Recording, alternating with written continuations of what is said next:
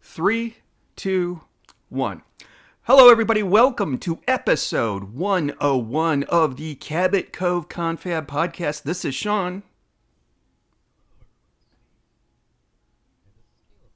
Yes, we are joined with another guest.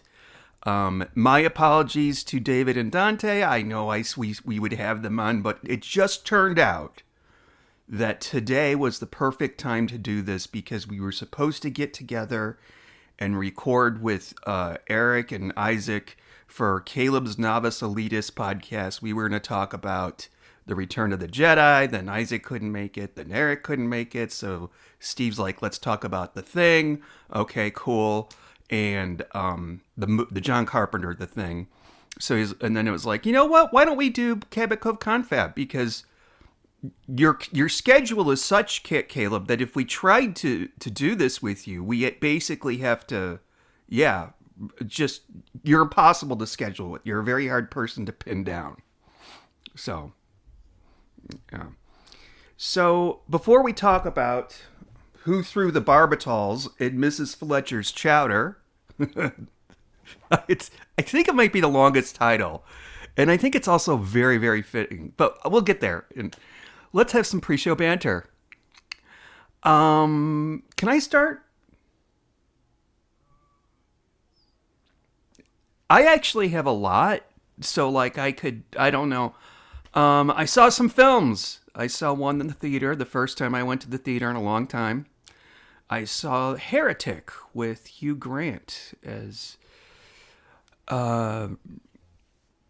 this movie it's one of those movies where it's one thing halfway through and then it turns into another thing the other halfway through, and I wasn't too pleased about that. Hugh Grant carries this whole fucking movie. He's fantastic in it.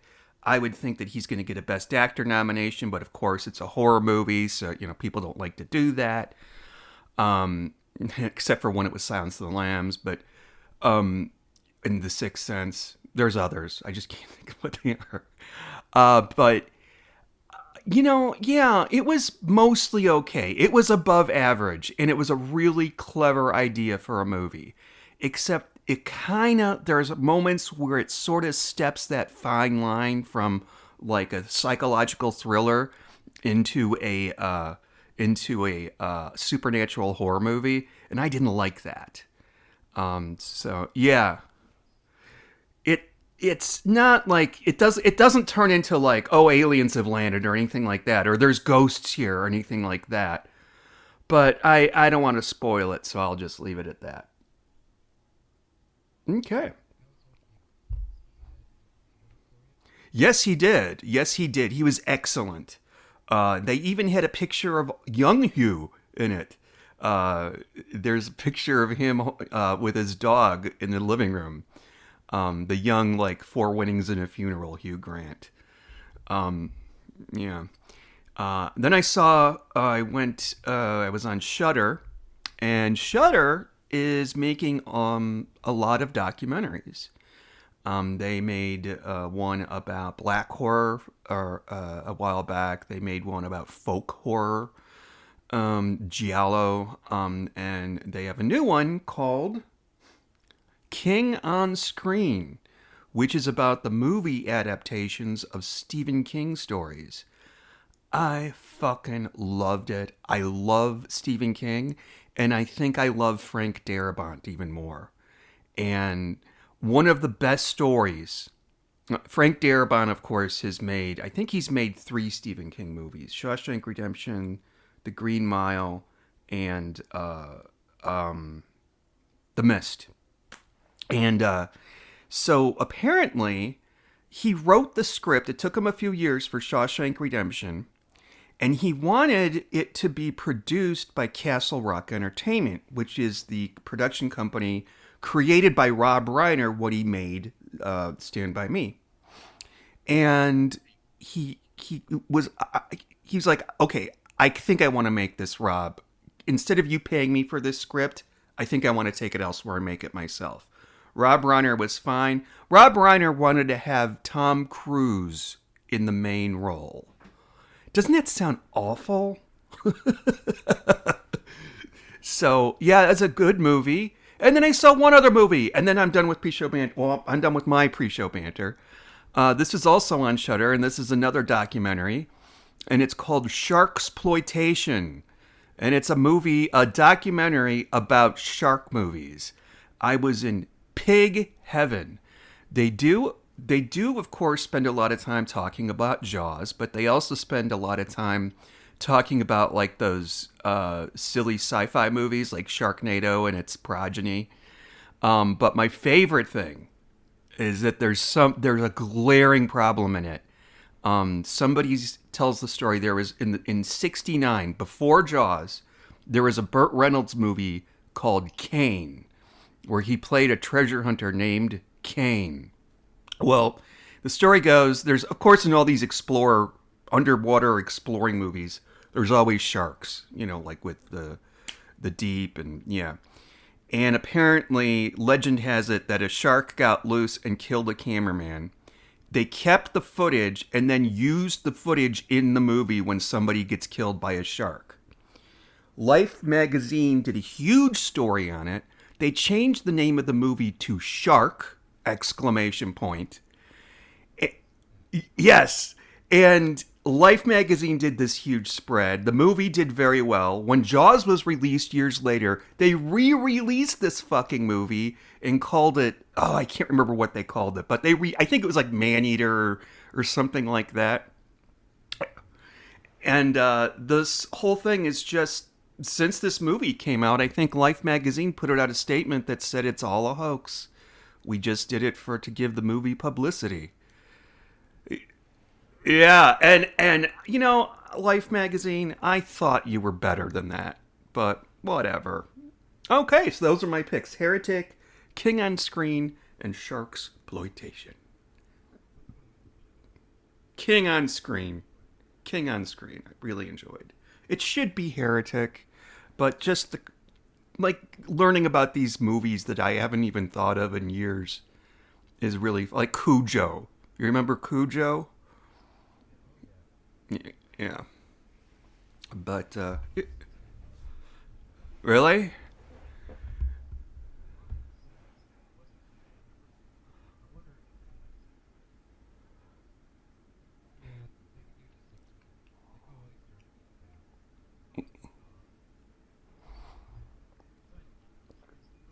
Well, yeah, that's what happens in the book. The kid dies in the book, but in the movie they let him live because, movies. So,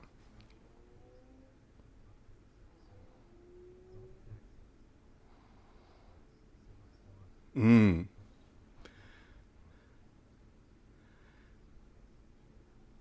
I'm trying to think of all I can think of in terms of the movies is Herman Munster and Pet Cemetery. Sometimes dead is better.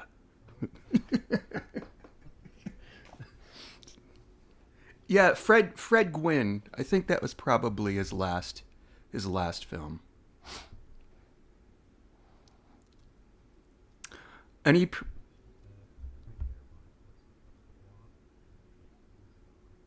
that was Frank Darabont. Oh, wow. Okay, interesting. But the beginning of the movie, it starts off like a regular movie rather than a documentary, and it's like this short, like 8-minute piece with this lady coming into a small town in Maine, and there are all these stupid references to Stephen King, like somebody's walking a Saint Bernard. There's a shop with stuff in it called Creep Shop. Um, yeah, yeah.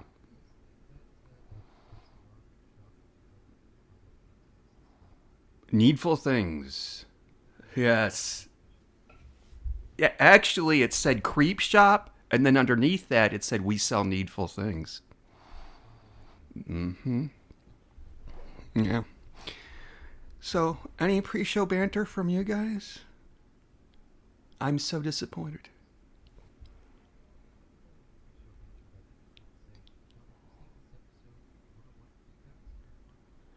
Yes.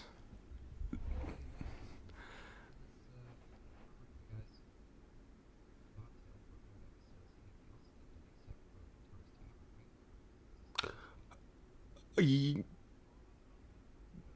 No, we only had maybe about, not including the ones that we did with you, Caleb. Oh, that's right. For those of you who subscribe to the Columbo Combat Confab feed, you will hear us on Caleb's podcast, Novice Elitist, talking about Columbo. So anyway, what was the question? The gummy's starting to kick in. Okay.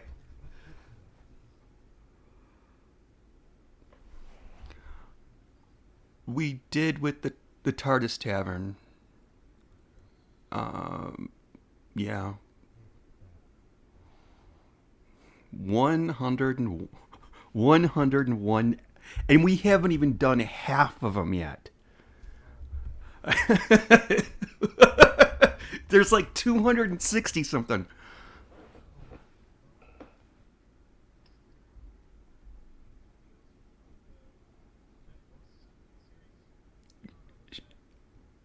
Shit we watch on Netflix. Yeah.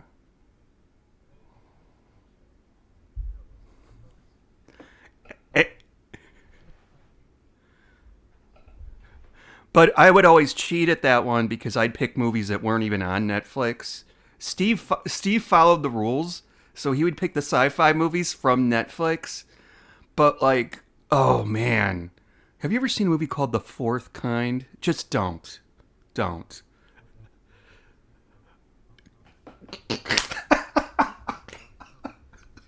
Oh, the house that dripped cum. Yeah. Oh, that was so bad. That was my fault. Yeah, sorry.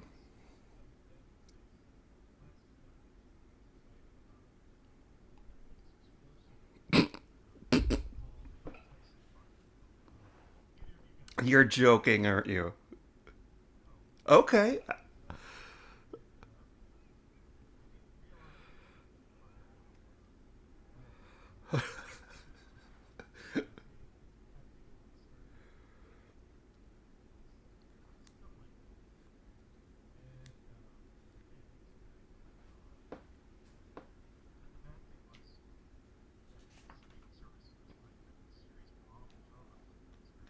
Yeah.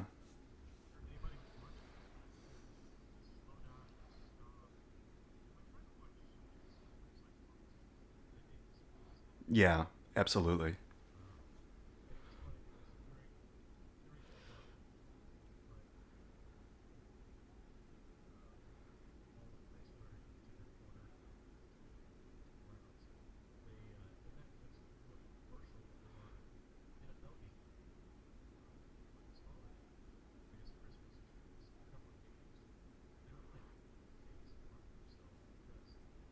Yeah.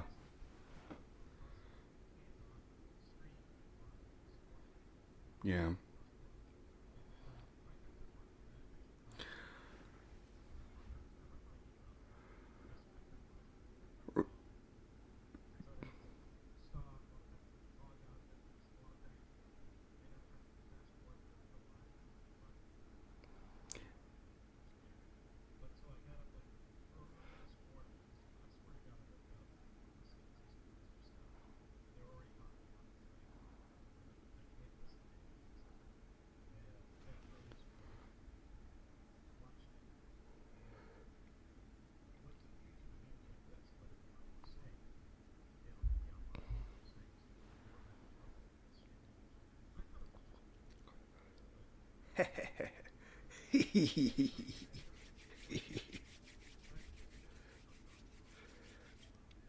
I'm over here rubbing my hands like Montgomery Burns. I'm I'm sorry. I'm sorry that didn't work out for you. But do you remember back in the day, everybody was like, "Don't buy DVDs no more. Don't buy Blu-rays. In the future, everything will be streaming. It'll come right to your house." Yeah, we got rid of cable and expensive cable bills. Now, to watch what we really want to watch, we have to have 200 different channels. You know, I don't know.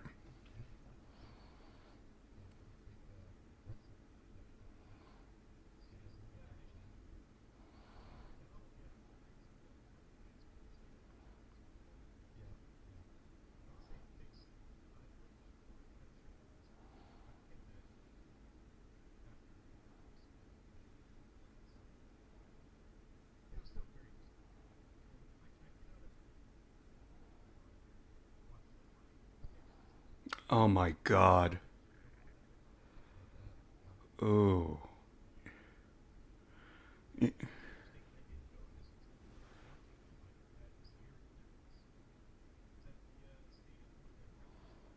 Oh. Okay.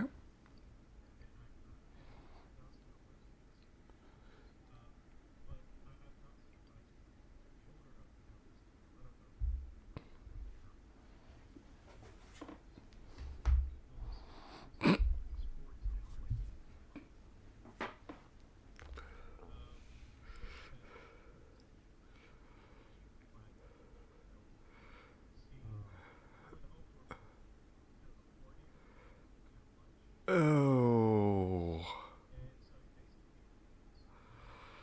Well, you do.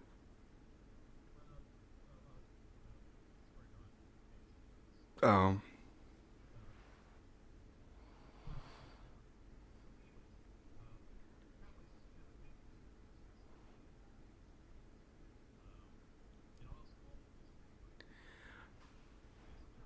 Jesus.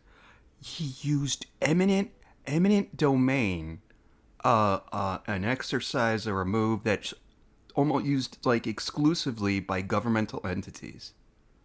So I guess somebody.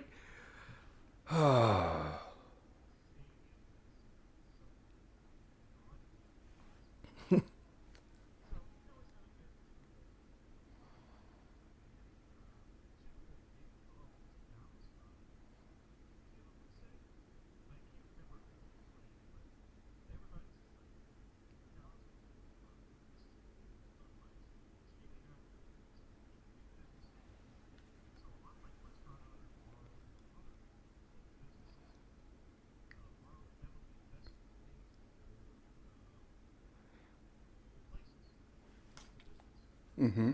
Mm-hmm.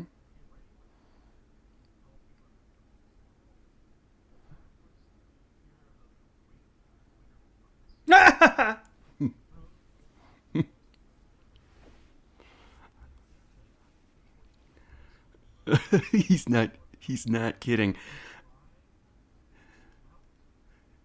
And Texas completely lost its shit. T- Ted Cruz went on vacation.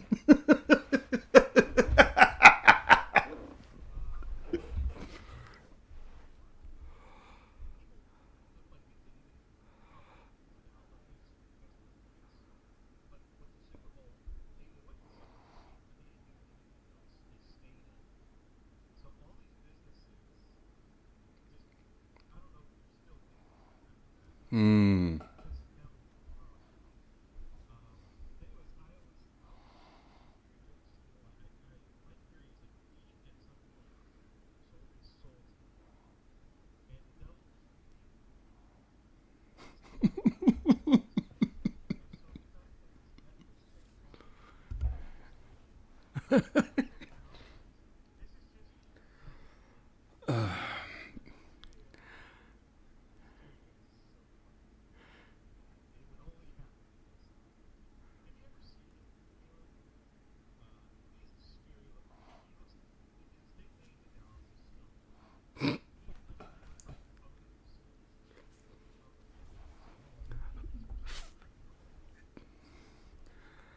Does he say, "Follow me for more recipes"? Huh. So it's like,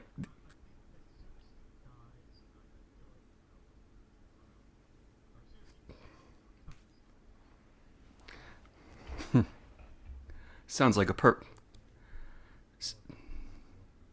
sounds like a really good plot for Murder She Wrote, if you ask me.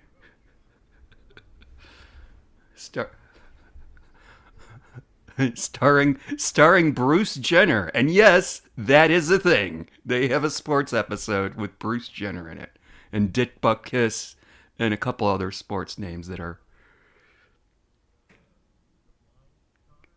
I think so. I watched part of it.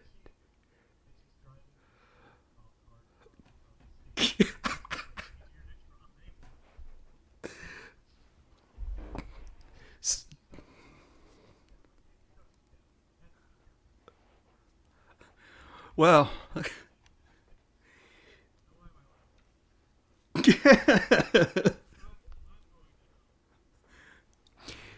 so are we ready with pre-show banter? I think the listeners, the readers.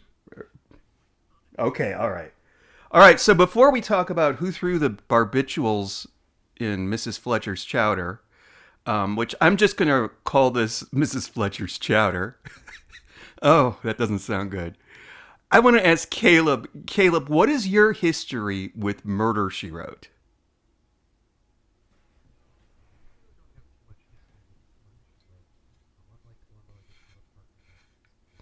Mm-hmm.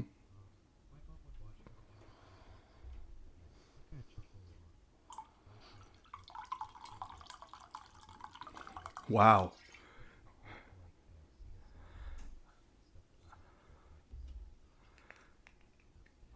So we picked the right episode for you. um. So did.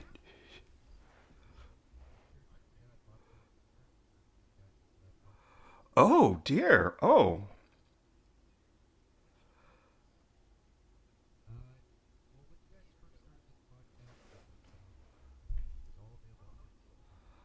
S-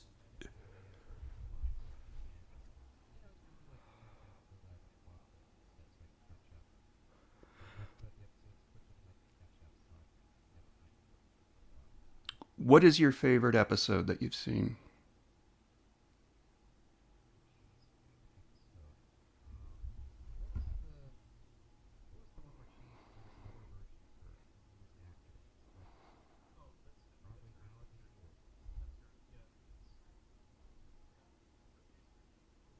Is that Mirror Mirror on the Wall? I know what you're. Oh, that's the one we did with Jade. Um, the late. She's wait. Is she the one that claims that she had a kid with Jessica's late husband?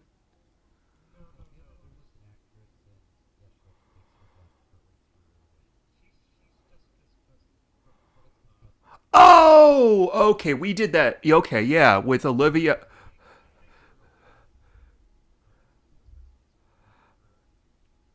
Isn't like. Isn't it like? Hey, no, she earns it. She can use the Irish accent. It's fine. Yeah, she can. I have. Go ahead. I'm sorry.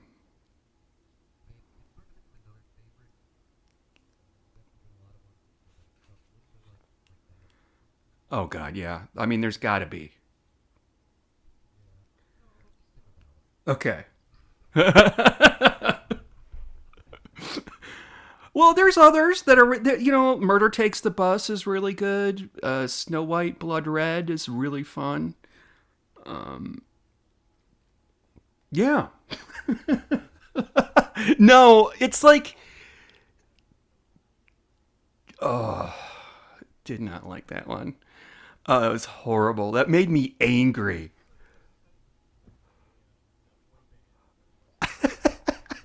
Well, the trailer made it look like it was like Menudo or something. Yeah. Like, damn it, I wanted Ricky Martin. Where's Ricky Martin?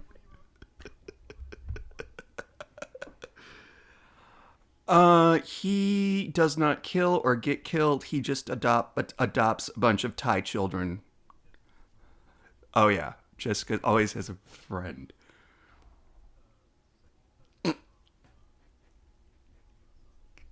Yeah, yeah, indeed. Um, oh man, I'm craving a tuna omelet right now. No, no, I bring that up because there was that episode where she heard a murder. She was bedridden with a bad back, and it was she overheard a murder, and her nephew Grady. It was inspired by some old movie, and Grady just kept cooking for her, and he made her a tuna omelet, and she did. Yeah, for some reason, and so I mean, Tuna casserole's good. Tuna pot pie sounds good, but tuna omelet, I'm gonna say no. Of course, Amos ate it. He's like, well, I'll eat it. I love tuna, and I love pie even more. Yeah, that was yeah. I went to the Colleen Camp School of Acting. Floyd, yeah. Well, anyway, this is in the what I like to call the. I didn't know that he came.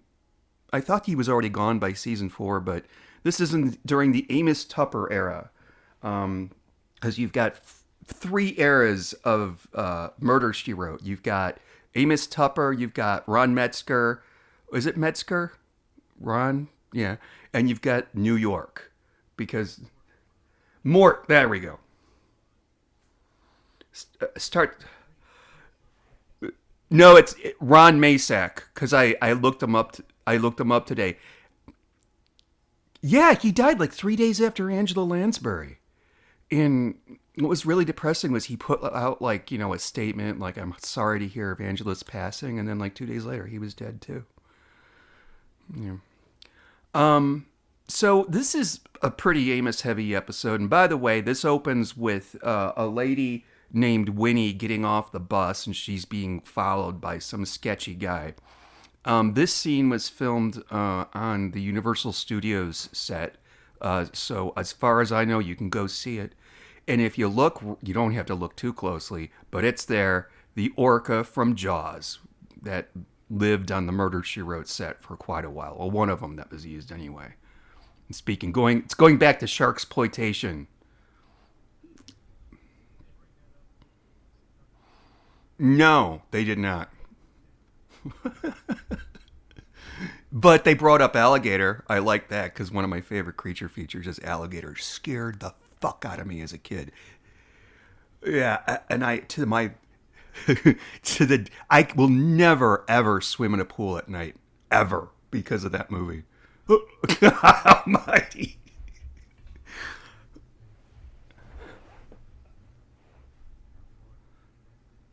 Mm.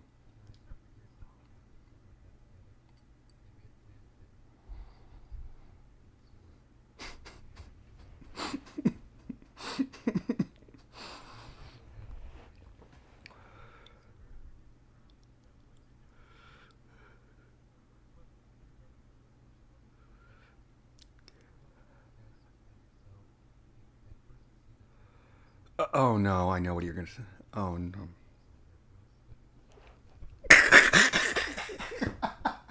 Well, that's actually funny. I didn't remember. Oh yeah. Oh God.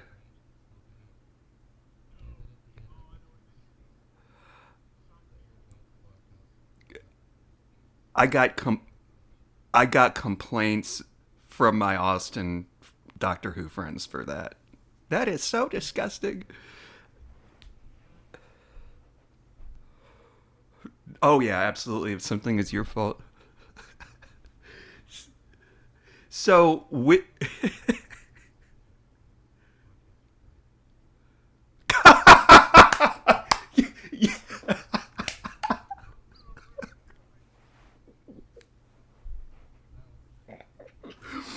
I forgot about the podcasters dying at the end. That was yeah. It's like oh, I want to go in the TARDIS tavern so I can swear and die at the end. And oh my,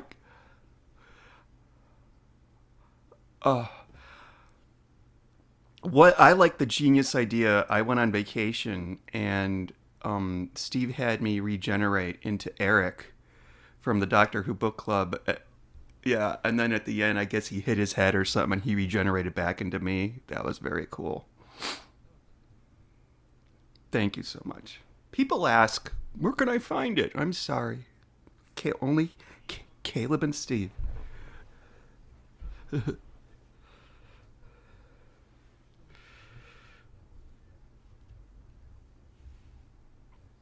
We lost. Yeah, yeah. Oh, that was the yes. We lost one of those people. Uh, David Keep. Yeah, rest in peace.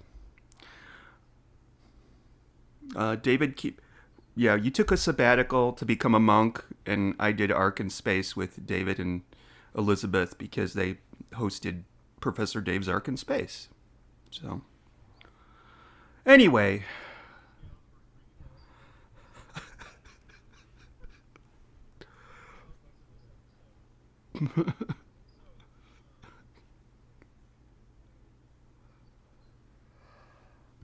I did not.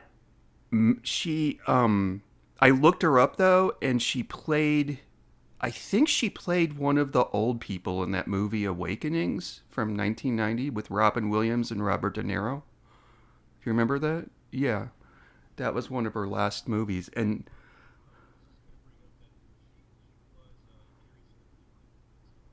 really, well, that's just interesting. I did not know that. Wow, that's some wild stuff, Ed. Wild, wild stuff. Well, she's in town.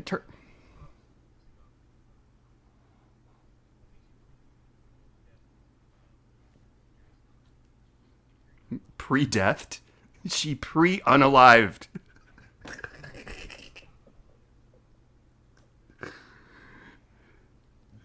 I do too. It's just like, hi, we're going to prove that we're woke podcasters. We're going to use the word unalive. But unfortunately, YouTube needs to change. Anyway, don't get me started on that. Turns out that Winnie is Amos Tupper's sister that we never heard of before. Younger sister. Yes.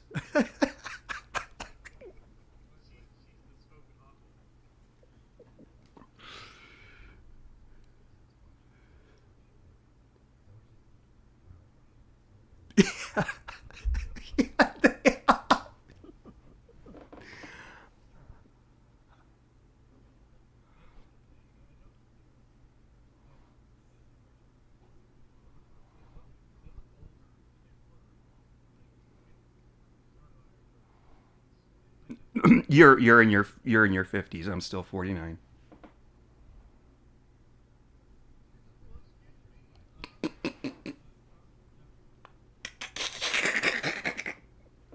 It's the gummies talking.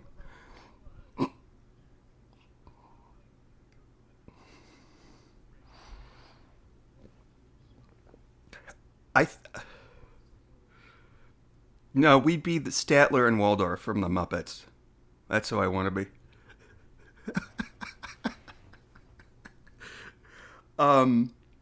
So, oh god, this episode is kind of fucked up in a way. So Winnie has just left her husband Elmer, eh, Elmo. Oh yeah, Elmo. That's right. I have to mention. Okay, okay, okay.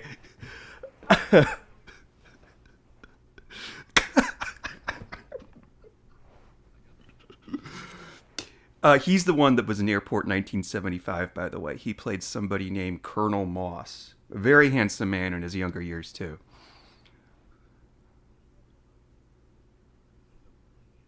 Yeah. No,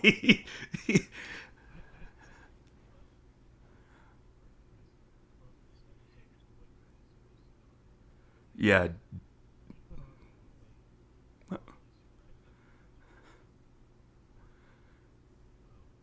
Yeah, his.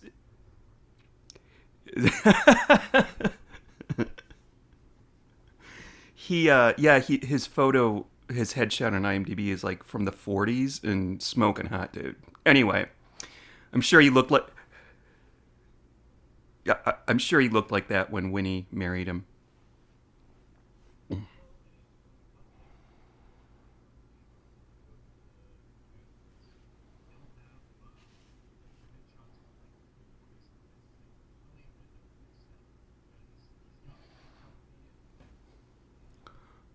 That reminds me.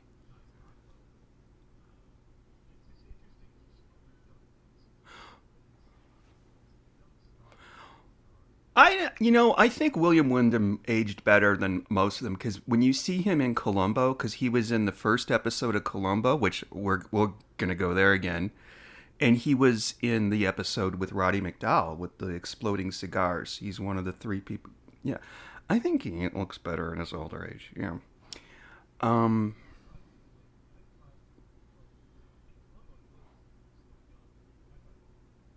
Yeah.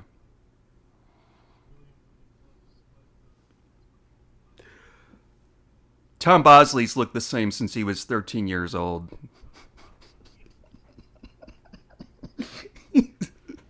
What was it? Glad trash bags? Get mad. Get glad. Um.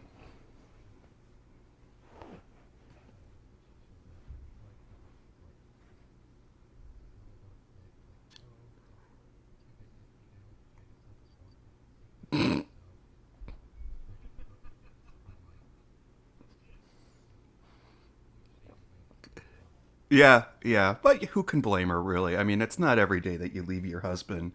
And I think there was some physical abuse there that's implied. Mm-hmm. But what do you want? It's 1988, you know.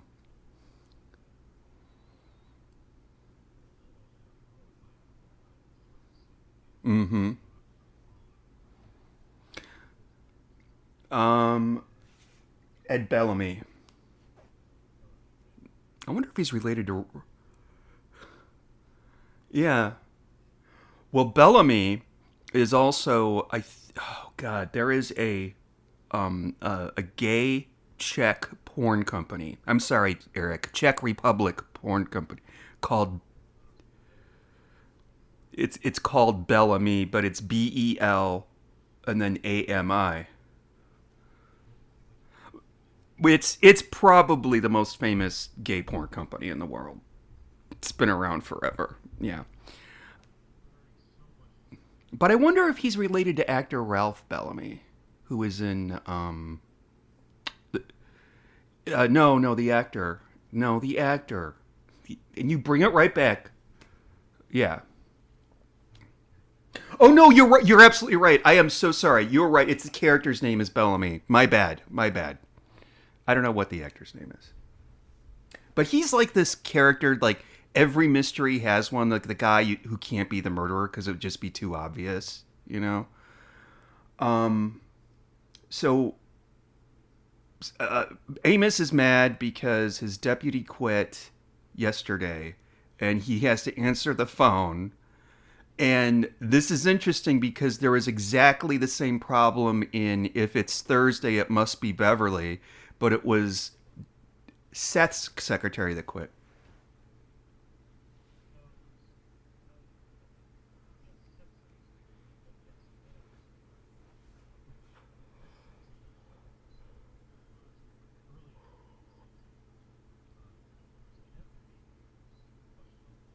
Mm.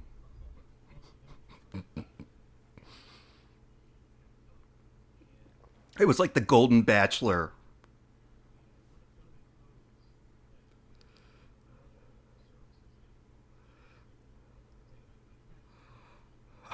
Oh!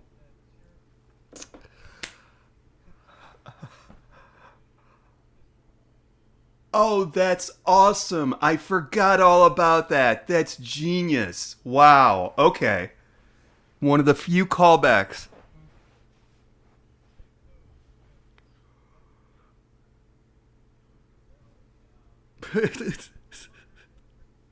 Ring your bell.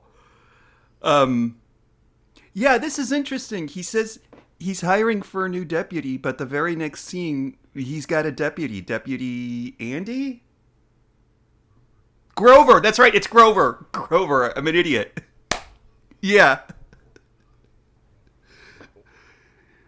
Like, oh, like, we have this.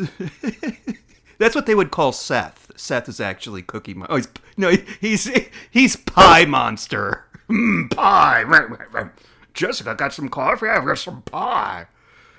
Um, yeah, yeah. You know what? And you know what? It's like, okay, we're gonna have this character. He's only gonna be in this one episode. He's young. He's handsome. What do we call him? Grover. Like that. Hey, you guys! I always liked it when Grover was the waiter serving the blue guy, and he would always, yeah. Oh, don't worry, sir. He won't eat much. Because Grover is basically Yoda. Mine, mine. Hey, you guys. Frank Oz. I'm so.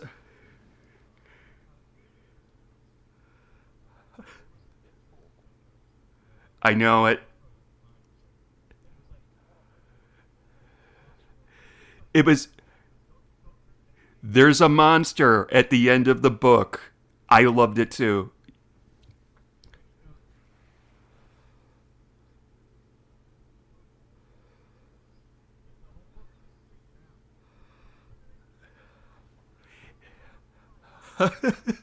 And as you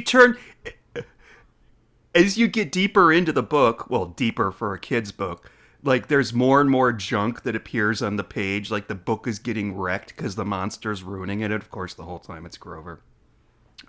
Yeah. So, so I forgot where we were with this. Oh yeah.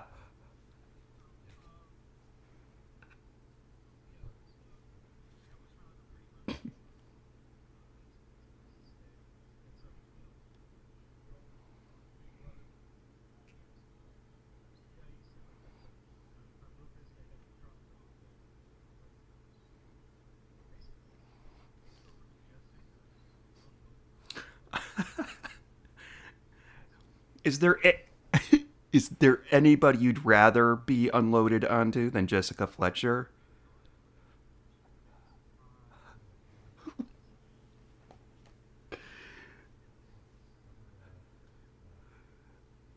Oh God.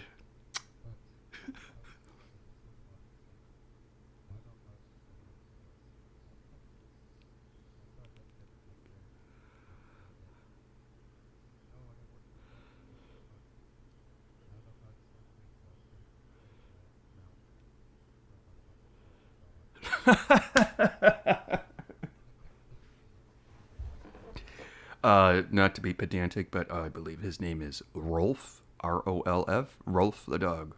I never liked him as a kid. I always would like, yeah,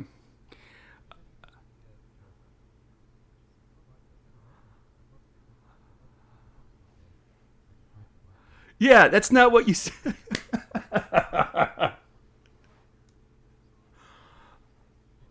Oh,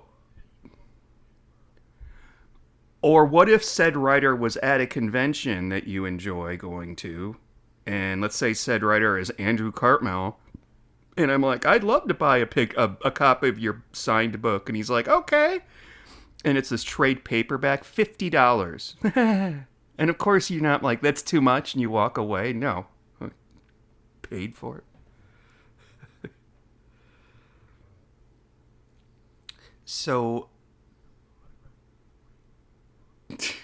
I think, you know what? I think it was $50 for the whole thing, but it came with postcards. So, what happens next? Oh, yes, we dump. And Jessica, I'm really glad, Caleb, to hear that you've sort of been watching along with us, more or less, because if this was your first episode, I'd be afraid that you'd think Jessica was a total bitch. Because when Amos brings his sister to her, she's really angry because she needs to finish her book. But Amos is probably doing the right thing. I think that he did the best thing. So what does Amos do? He calls up Seth. No, I'm sorry. Jessica calls up Seth because Winnie doesn't have what kind of medication? It's for an ulcer. Yeah, and I can't remember what it's called. Yeah, and I don't even know what. I don't know what. Anyway, so Seth takes a liking to her. So you got a little bit of golden bachelor moments here, and it's actually kind of cute because you never really see Seth pine after anybody except for the way he pines after Jessica, which is a total platonic relationship. Except you know that they porked once in the past. Like you know that he put her up on that. I'm sure he. I'm sure he would have loved that afterwards. Jessica, can you round me up some pork sandwiches and some coffee? Jessica, Jessica.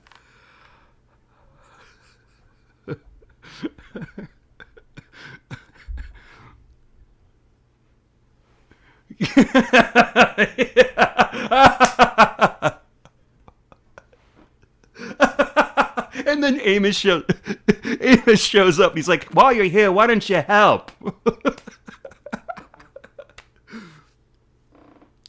we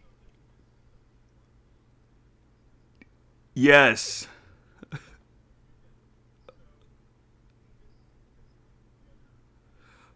Wait, Steve. Let me ask you. Do you know who that actress was? Okay, go ahead.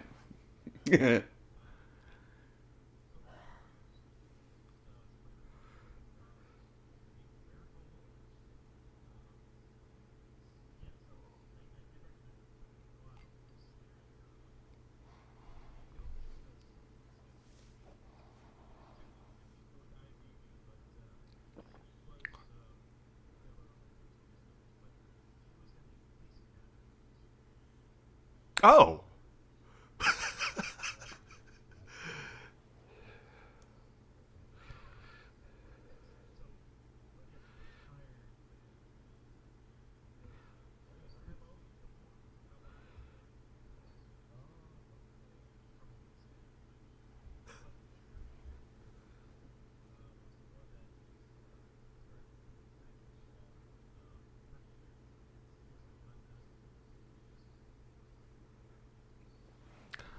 I haven't seen one of those since my grandpa took me to see Police Academy 4 in the theater. Yeah.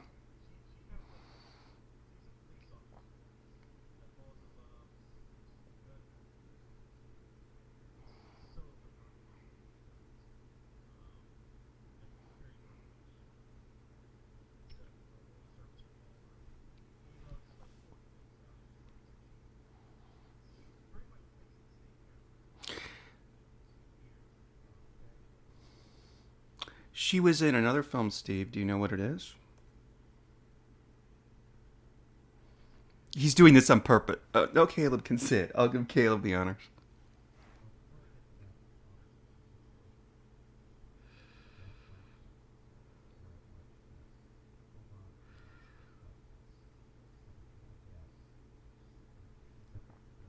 Oh my! You did that movie? I love that fucking movie. Oh wow!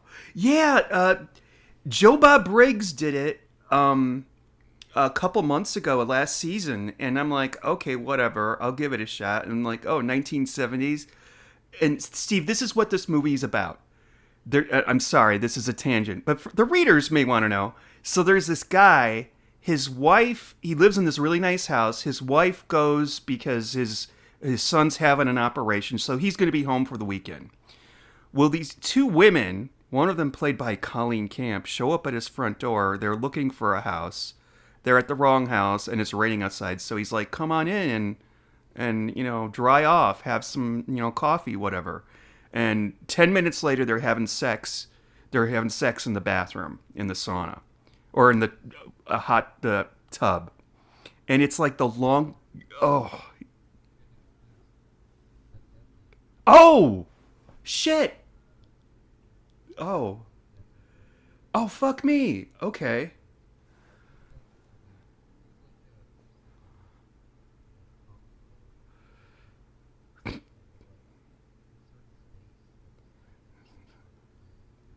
Oh my god.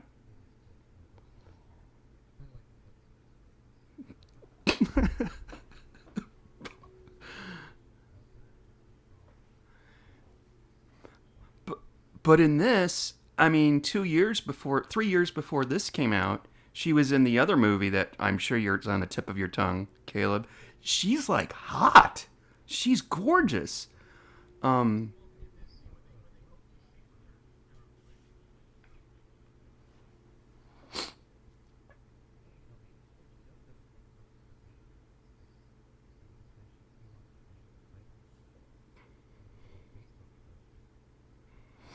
Would that be Battleship? Mm, is it Monopoly the movie? What can't? It's Clue. I think there's only two. I think there's only Clue.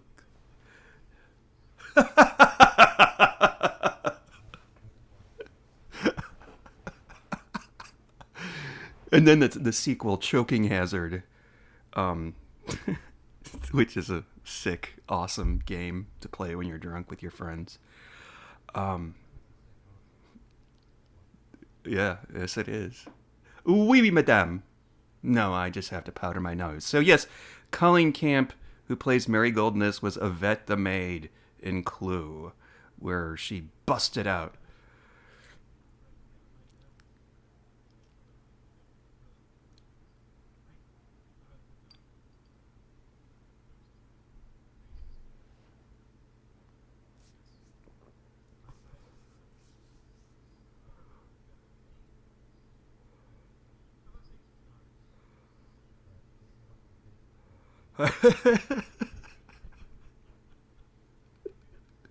Yeah, Colonel Mustard.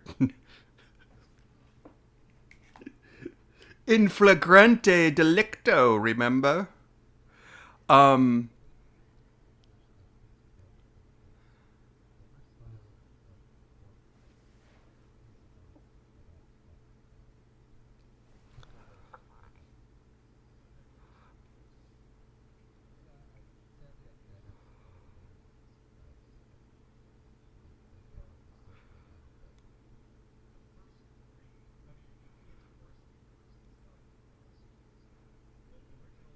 Jesus.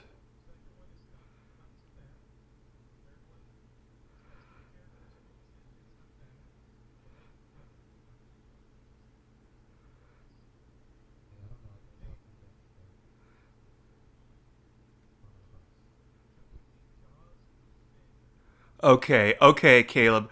All right. Okay. You have to you have to see that shark exploitation movie. You have to see that, Caleb, because they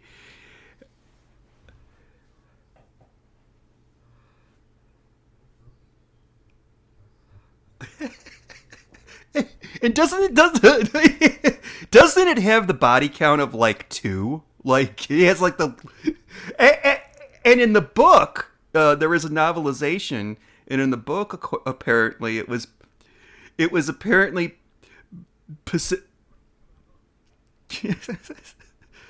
it was possessed by like a holy man or something that had it out for the Brodies. Yeah. Yes, voodoo, voodoo. It was in the novelization of the movie. But you have to see Shark Exploitation because there's a movie who's an actual marine biologist, and she says that guiltily that's kind of her favorite Jaws movie because it's kind of like a slasher movie except with a shark, which I don't know what the fuck. Show me a slasher movie that has a body count of two, you know? Anyway. Oh, that's got a bigger body. That's the one with the scarf, right? You know what I'm talking about. Oh.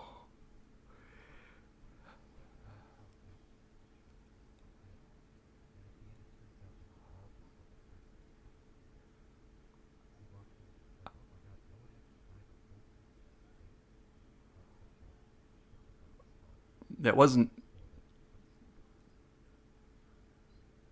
or April Fool's Day.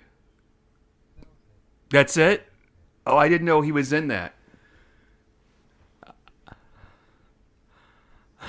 I kind of pissed me off too. Cuz yeah, I really enjoyed watching that until the end when it and I don't think they're pranking one person. I think it's the one girl pranking everybody. Anyway, this is a spoiler for April Fool's Day. Yeah. I think spoilers for April Fool's Day have passed the statute of limitations. I think it's okay. But so wait, I do want to ask you something. Mary Gold is I'm going to call her Mary Gold because she does have a really cool name, Mary Gold Feeney. And she's not. They're not trying to pull off the dumb cop thing, kind of they do with Deputy Floyd later on. And I feel like maybe they were trying to put in. They were trying to write in a permanent supporting character, but there were things like, why does she have a southern accent when she's from Maine? That makes no sense at all. She had like a Georgia accent. I don't know. Yeah. Yeah.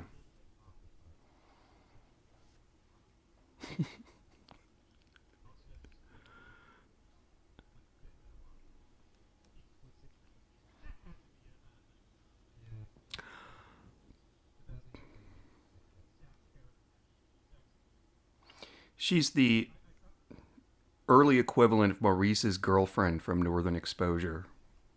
Nobody knows I'm talking. Excuse me. Nobody knows what I'm talking about.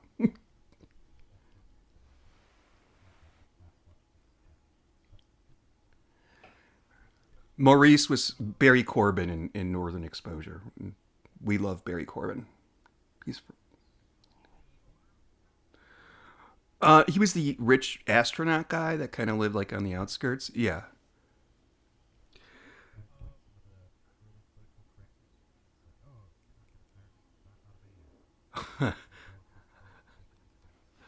it's true.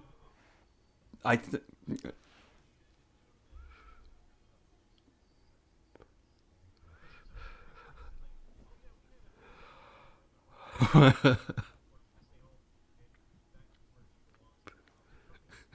oh yeah.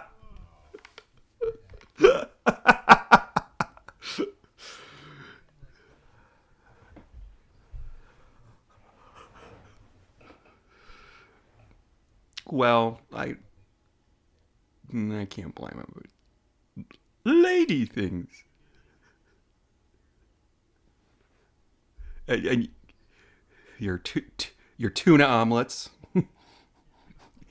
Your fucking empty bird cage. I'm gonna see if she's got that bird cage in her living room. I have never seen a bird in that cage. I think she's just got it up for decoration. There is.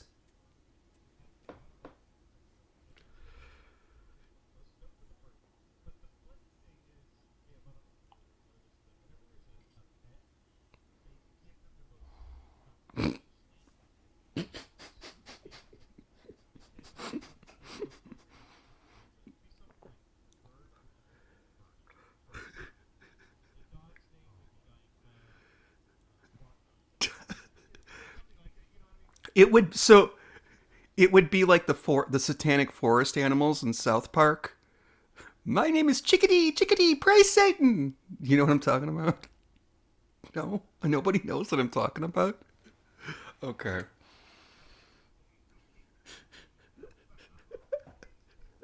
Yeah.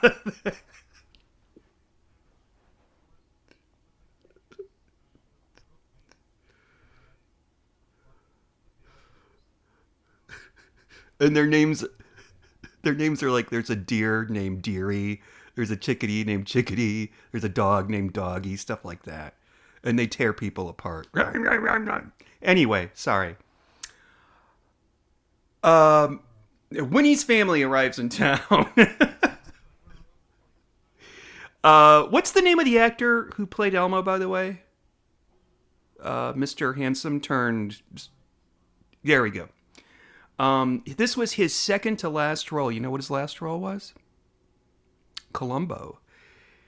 He was in the episode Columbo Goes to College. And it said that he plays the club owner. And I have absolutely no memory of who that could be. But yeah, yeah. And this Murder She Wrote was second to last, and Columbo was his last. Yeah.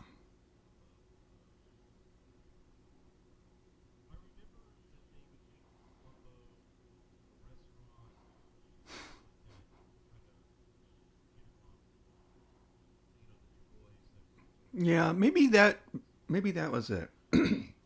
I'd rewatch the episode, but really, who has the time?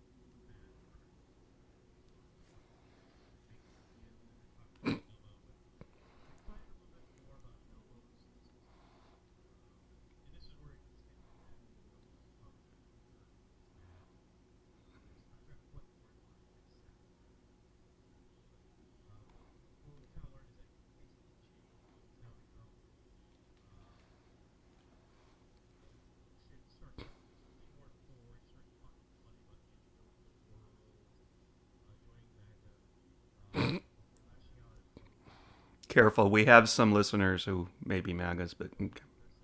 Yeah, never mind.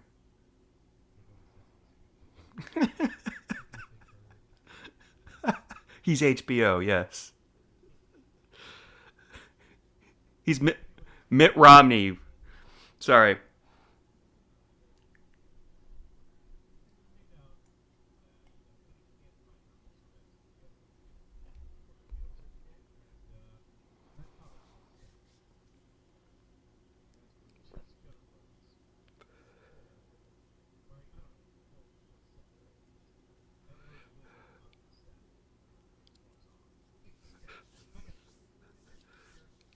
Yeah, I'm gonna go finish my book.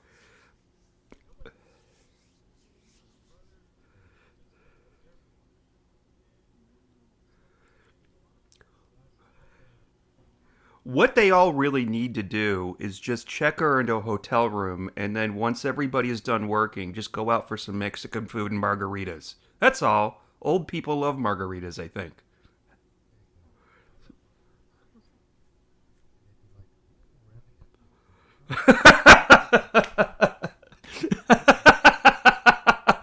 This is the only Mexican restaurant in 200 miles. Seth would be like, "Do they have pie?"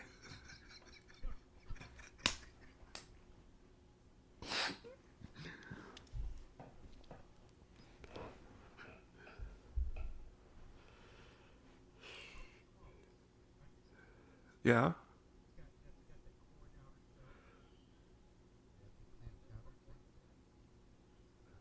Oh, that sounds really disgusting. I had Mexican food today, and I ordered tortilla soup, and it was really plain and had just a huge glob of cheese in it, and I think it was more like Mexican rather than Tex-Mex. But I don't know. Nobody needs to know that. Yeah, it wouldn't have surprised me. So I don't really. I don't. I fine. Yeah. Okay. So it's not Parmigiano Reggiano, is what you're saying.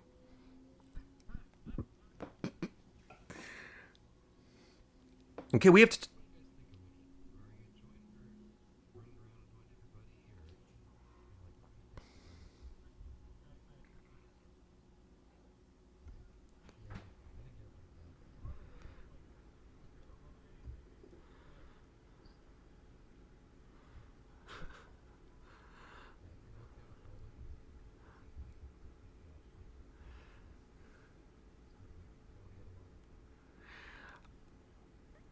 Yeah,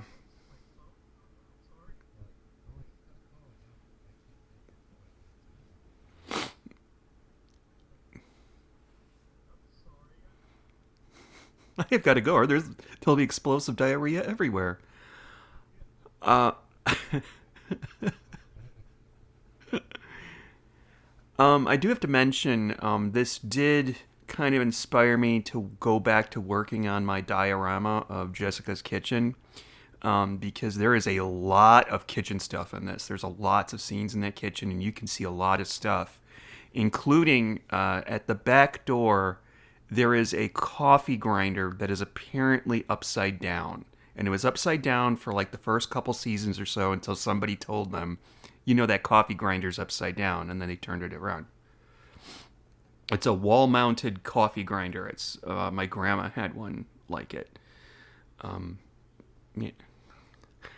But Winnie's family arrives, and boy, oh boy, wow, these people.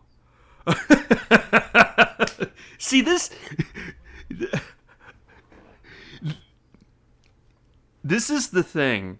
This is a little bit different from like Poirot going to a dinner party with all these fancy rich people. Like this is like the exact opposite of that. And these people are so rude.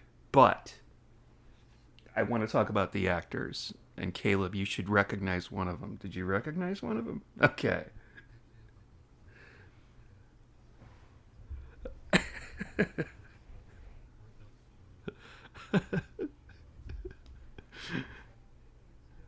Yeah.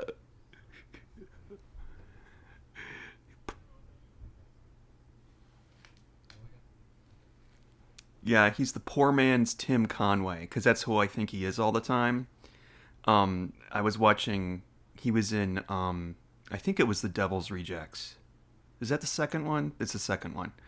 And he played one of the victims at the hotel, and when I watched that, I had to look up Tim Conway because I thought it was Tim Conway. I'm like, why is he in this movie? And I thought he was dead. You know what a Tim Conway is? Wait, how much is a Tim Conway? About 120 pounds. Sorry.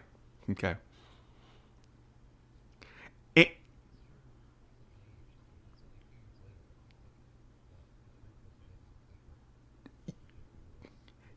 you know what he was in, and I forgot about it? He was in Salem's Lot, the original Salem's Lot. Remember? He was in the rocking chair. Teacher. Teacher. Anyway, sorry. Yep. Yep. Sorry, Steve. What were you saying?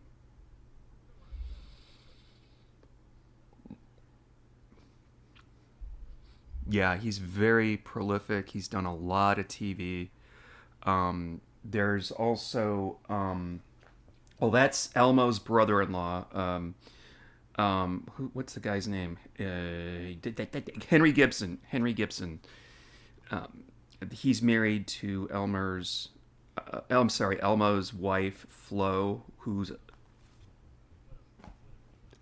oh my God. This, yeah, all these people. The title of this episode should be "How Not to Act When You're Invited to Someone's House for Dinner." She is the most rude dinner guest. No, sorry.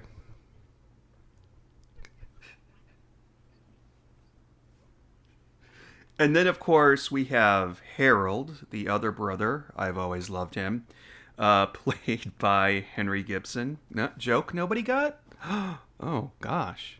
Blues Brothers? Anybody? He played the bad guy. Yeah, the head Nazi. He's the one at the end. I've always loved you. And then the car crashes and they die. Yeah. Yeah.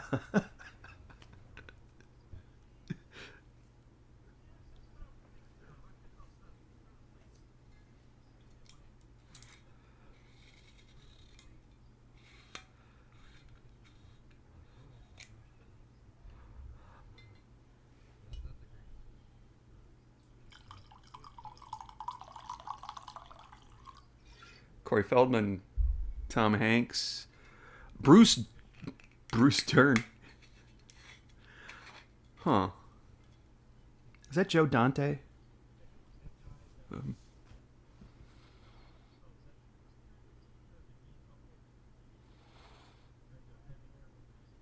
is that Bruce Dern? No. I don't know.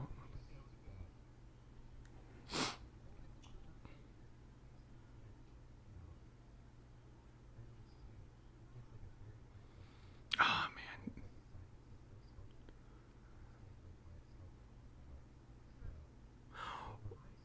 Wait, wait, is it Dick Miller?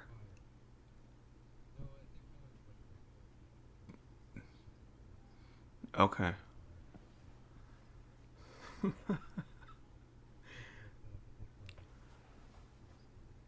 I I used to listen to Joe Dante's podcast, and I'm not saying that I'm Joe Rogan or anything, or that I affected the election, but I'm gonna say Joe Dante's he's a horrible podcaster, and his co-host just talks the whole time. Could you imagine that? Um, really? Yeah. Murder, carnage, death. Film at 11. It's one of my all-time Piranha. I love that movie. Anyway, uh, oh, oh wait, okay, yeah, okay, go ahead. I'm sorry.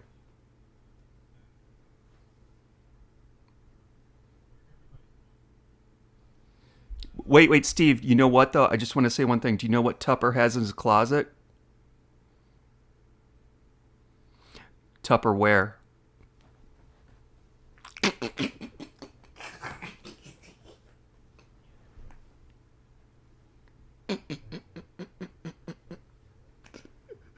You know, Eric and Kat would be much more sympathetic, and Kat would laugh at that joke. I'm just saying.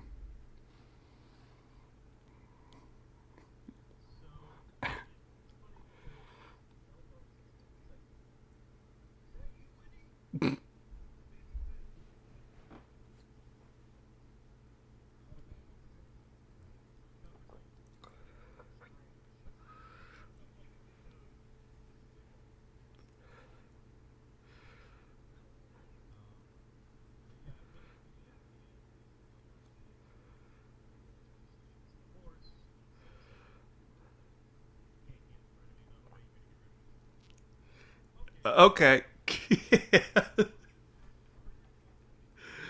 No problem.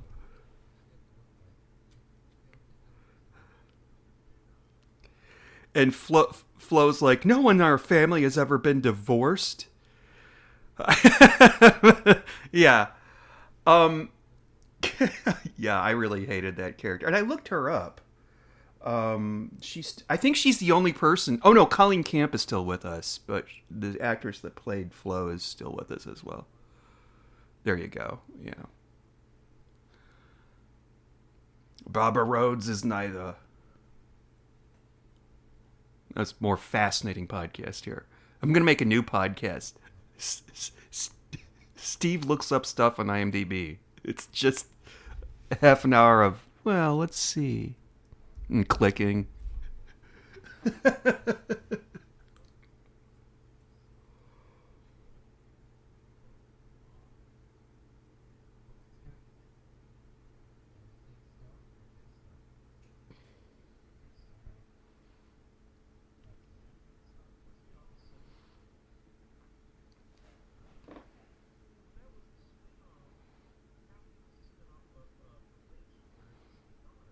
Oh, really? They did a spin-off of that? Oh man, who did she play? So,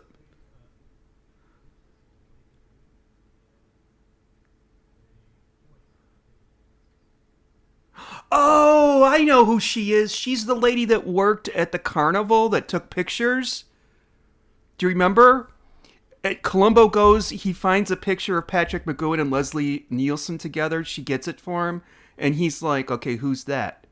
It's a fat lady. And like Columbo says something really sarcastic to her. He says, shows you what you can do when you try to do a good job. Like, I remember that. Yeah, yeah, he was kind of snippy to her. Not my favorite episode, but I remember her. Yeah. I will mention though, Caleb, you mentioned this. When watching this, it's like, where's the murder? Who's going to get murdered? Um, yeah,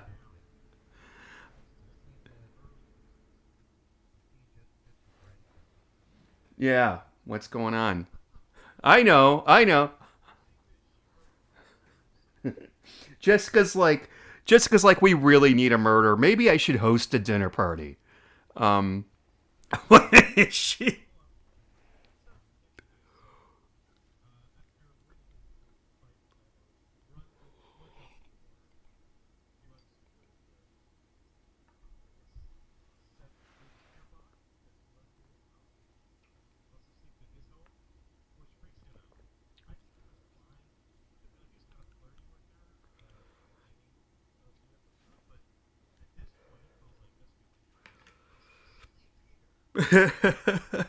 Yeah.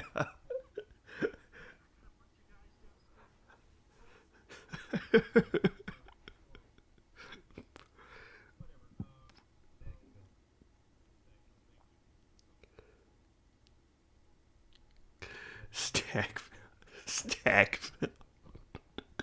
I remember when my grandma and her boyfriend at the time, well, actually, yeah, her boyfriend until he died, they went to go see that movie Sideways um, with Paul Giamatti. Yeah.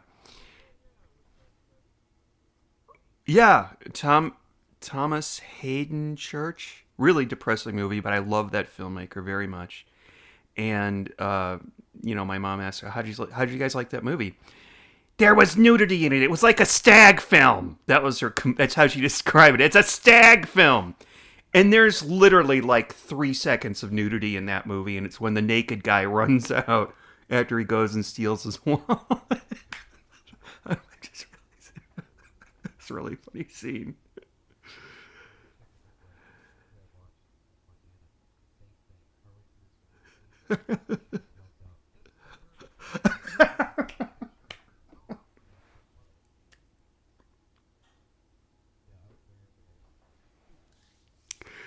The Shining.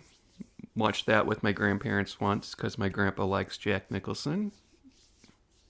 Uh, and if you ever want to hear a correct opinion about The Shining, you can listen to the classic horror cast and hear me talk about it. And no, doesn't. I don't know. That's all gone. Anyway, yeah,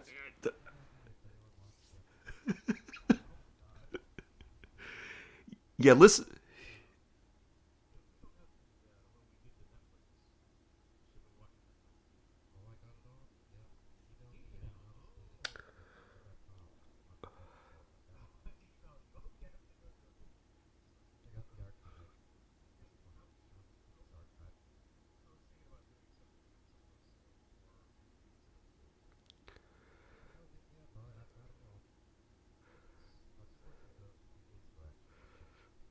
I picture you as you are Julian Glover for our I don't know if what the Lannisters, what the fuck we are, but you're the what do they call that guy in Game of Thrones? Cullen Camp should have been in that Game of Thrones.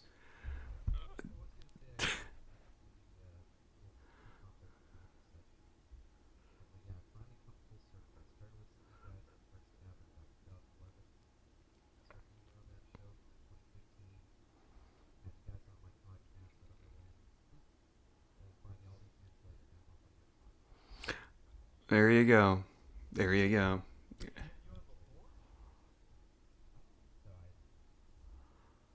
No, no, we have not. Wow.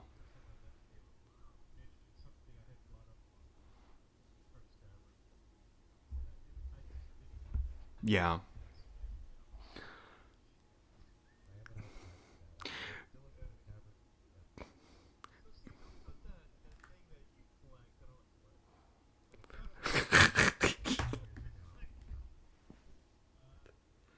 Well, you've got the cricket ball, which if you die, I get it, right? Y-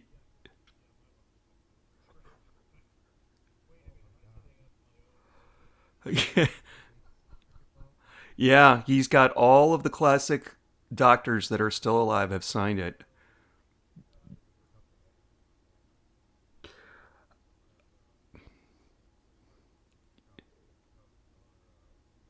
Yeah, for obvious reasons, but yeah, that was shipped to John, our friend John Brannigan in the UK, and he brought it to a convention and had Tom Baker sign it. Um,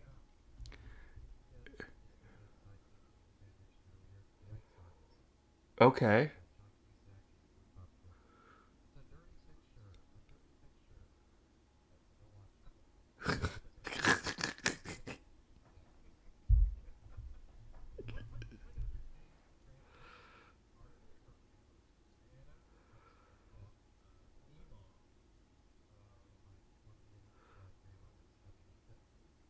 Okay.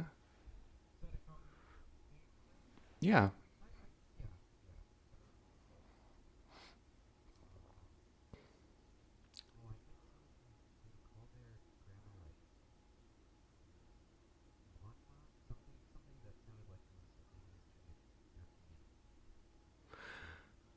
What's the Chinese one? I saw that movie with Aquafina about her grandma.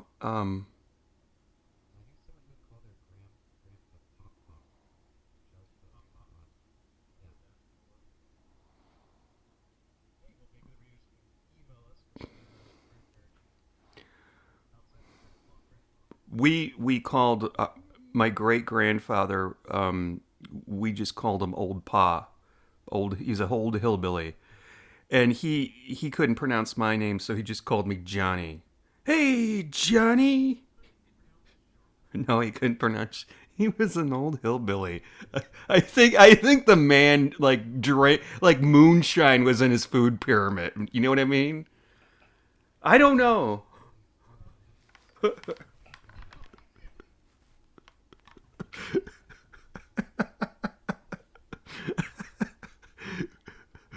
No, old Pa, but you can come to my house and see. Johnny. Hey, Johnny. That's literally what he sounded like. I know I sounded like a zombie just now, but that's literally what he said.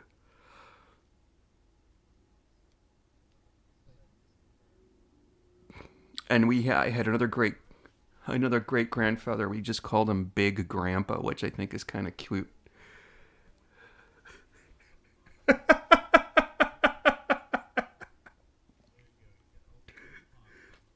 He's gonna haunt me tonight. Gonna wake up, all the cats will be dead.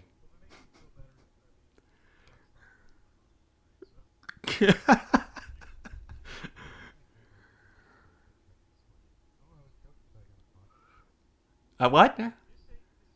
What now?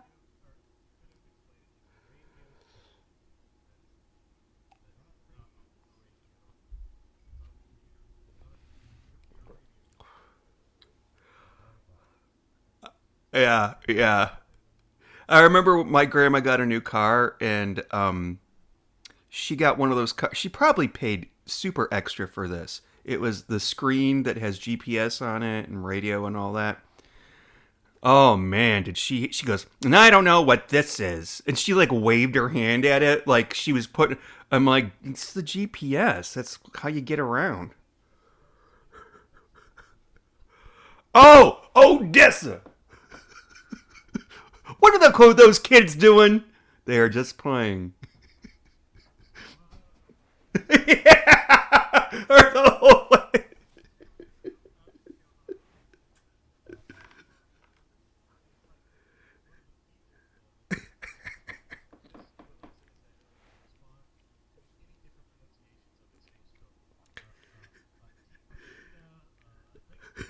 oh, Odessa.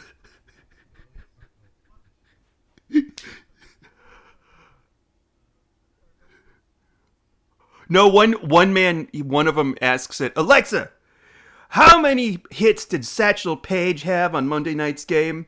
And it says, Satchel Paige is dead. Wikipedia.org. Despite some battles and talent, Page kept the game to a 1-1 tie Okay, in the Alexa, innings, stop. striking.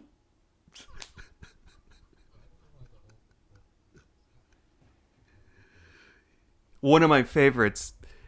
Speak and we'll talk about speaking of old people, we'll get back to Murder She Wrote. But one of my other favorite old people skits on Saturday Night Live is when they had Pedro Pascal playing the Mexican mom, and the guy brings his white date over to meet her, and that's pretty damn funny. And the oh, Steve, do you know who created that? You know who wrote that? It's the trans lady that's in that Will Ferrell documentary. And at one point when he goes to meet her, he puts on an "Oops, I crap my pants" shirt, and he goes, she wrote this, so I feel I should wear it for her. Which I'm like, oh my god, I'm so glad somebody thinks about that still, except for me and Steve.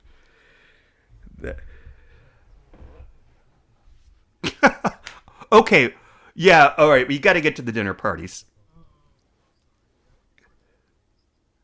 Somebody's gonna die real soon, promise.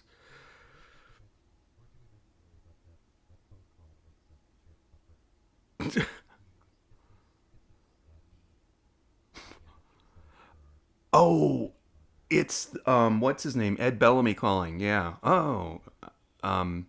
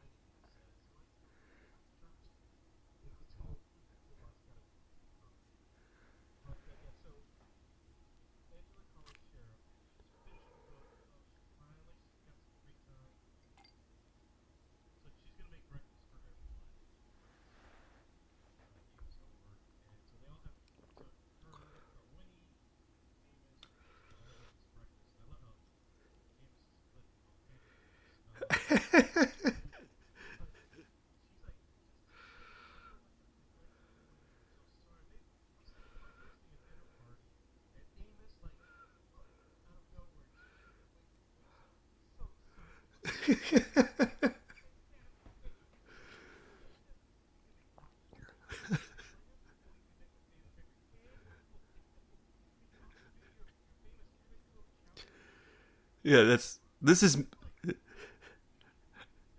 that's me talking to my grandma when I was little. Um, but oh, she liked it. Oh, sure, I'll. But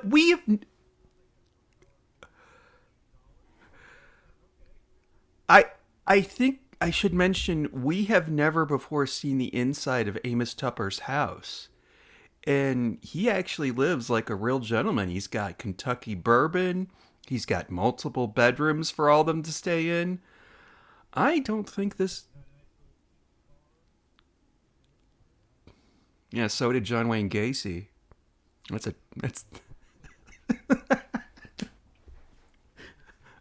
no, that's fucking true. John Wayne Gacy had a tiki bar in his living room.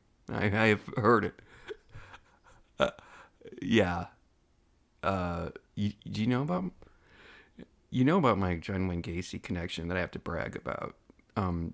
He okay. He did really have a tiki bar. Um, okay. So we have to get past the dinner party, and then I have another thing that I should have brought up. And so she never uses her dining room except when she has fancy parties, I guess. She's cooking lobsters, which I fucking love lobster, but the process of cooking lobster, yeah,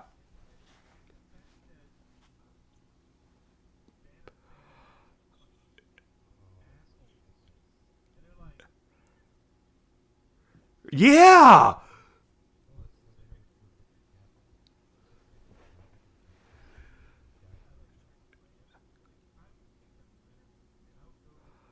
yeah. Oh, I'd be with you, Steve.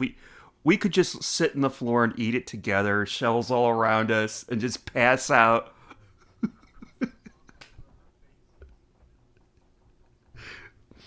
But what kind of Philistines don't like seafood? I thought everybody likes seafood up to a point. Um, yeah.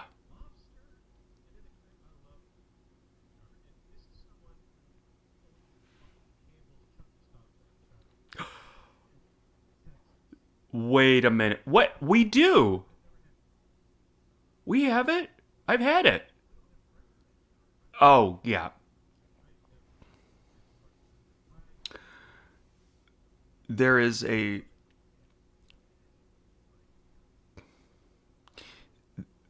yeah, it's pretty fucking good. The best the best the best that I've had is in Martha's Vineyard. Damn, it was like one of the best things I ever tasted. It's like this is the most perfect clam chowder ever. And that bitch Flo does not appreciate it. I hate her. Oh god.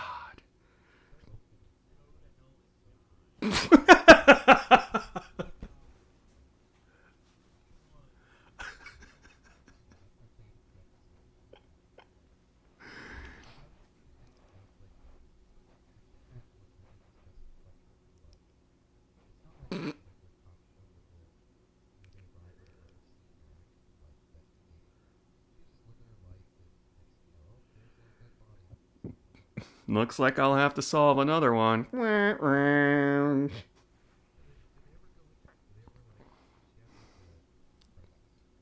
Yes.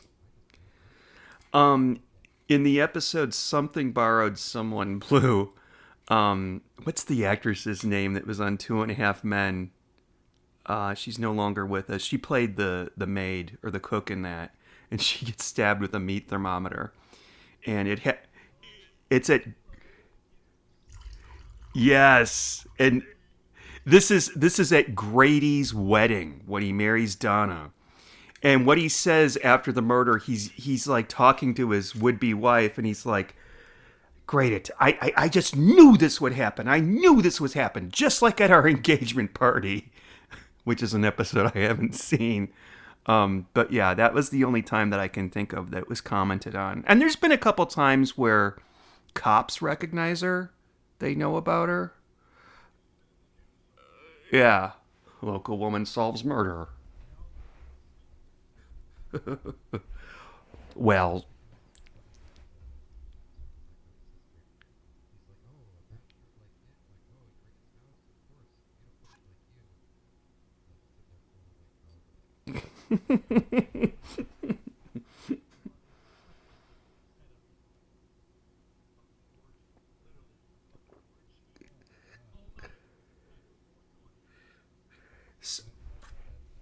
so as the title suggests, somebody puts barbiturates or barbitals in Mrs. Fletcher's chowder, and just this I find highly questionable. Jessica and Seth are in the kitchen taking lobsters out of the pot when all of a sudden there's a scream. No, it's code for lobsters. Lobsters, which by the way gave their lives for nothing because no one's going to be eating them now. Um, I have no idea what that meant.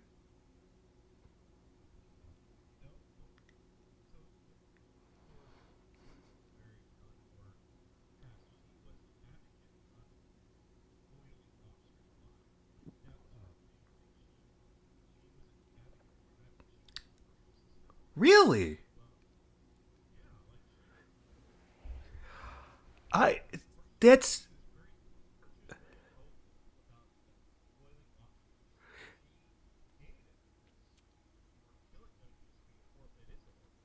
yeah. It's not.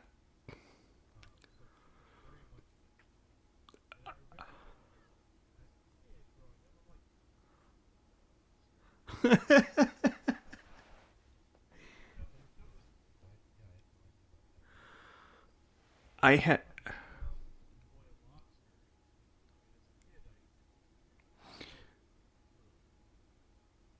so this is actually rare to see lobster on Murder She Wrote. The town of Cabot Cove is loosely based on I don't know where I read this. Don't ask me to quote it. I don't know. It's loosely based on the town of Kennebunkport, Maine, which I was at a couple years ago, and they have one of the most famous lobster restaurants in the world. And it's not even like a fancy restaurant. Like you go inside, it's all wood and it's all like wooden benches. It looks like it's a summer camp dining hall, but everything is lobster. You just order your lobster and you eat it, and delicious, delicious. But I am not a fan. I get really creeped out sometimes tearing the lobster apart, and Tom, being Asian, insists that every substance of meat must be eaten because the Asian people don't waste anything. That's how chop suey was made. You just put everything from the refrigerator that's left over and you make a mix of it. But anyway, I don't know why I had to share that. That's the gummies kicking in again, I think. I don't know.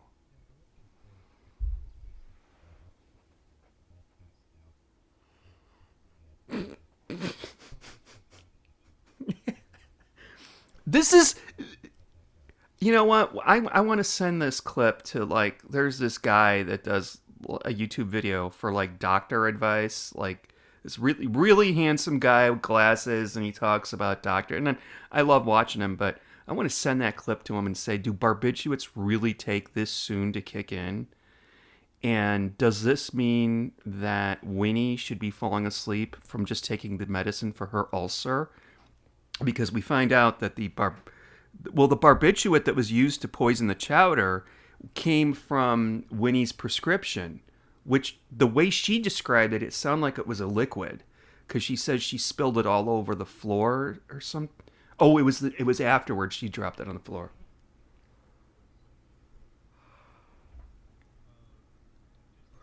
Yeah, yeah,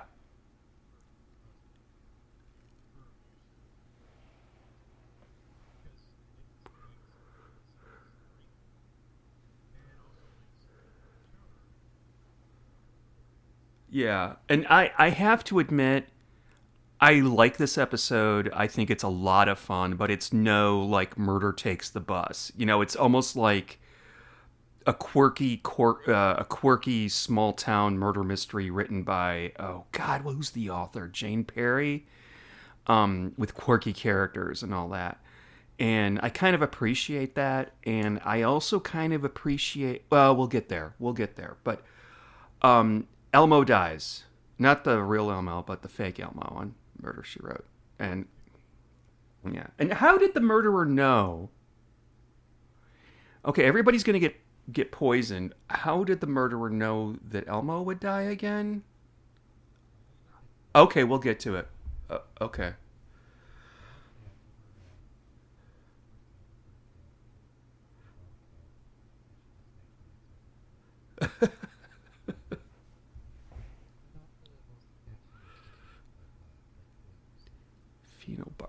Phenobarbital. What is that used? Obviously, it's an anesthetic. Do they use that for surgeries? Sleeping? Oh, okay. I wait. The reason I asked that because if you put those two words together, you get the word fentanyl. So I was wondering. I don't think they were on fentanyl because I've had fentanyl and it doesn't do that to you. But yeah, I was cataract surgery. Just want to make it clear, cataract surgery. Okay.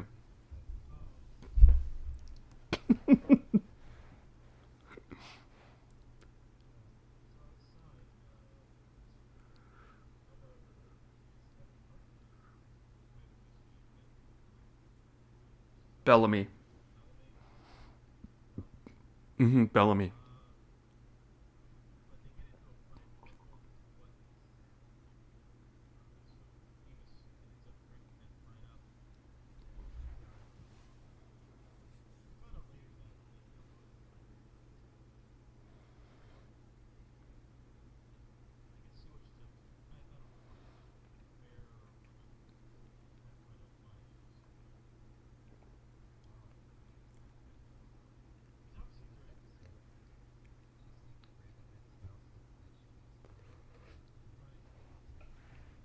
Yeah.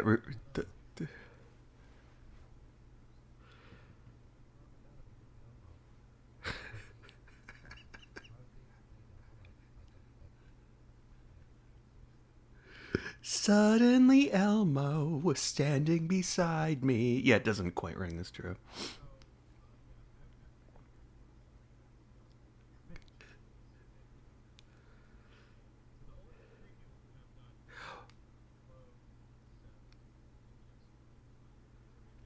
Wait, I'm sorry. I just want to say the clam chowder scene, the part where they all pass out at the table, reminded me reminded me of that scene from The Meaning of Life, the Monty Python movie, where the Grim Reaper shows up at a dinner party and says, "Oh, this is poison," and they all die. Anyway, keep going.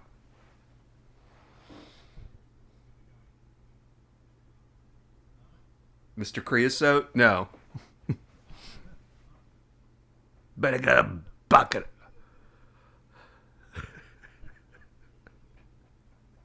I'm I'm sorry. I did not know we have a racist working here.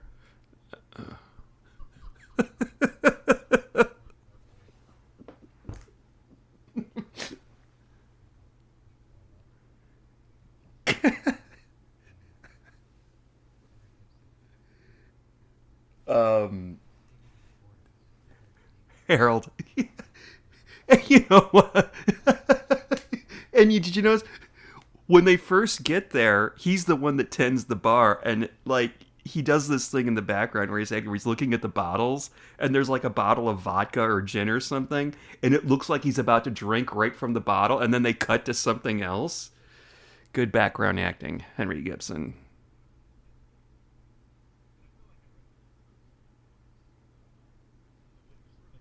Yeah, yeah,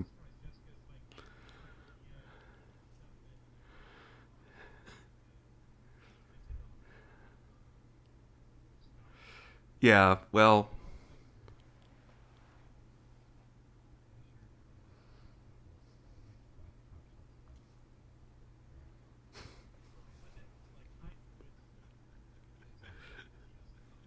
yeah, because they drank his bourbon, his Kentucky bourbon, because they're from Kentucky. And me too. Well,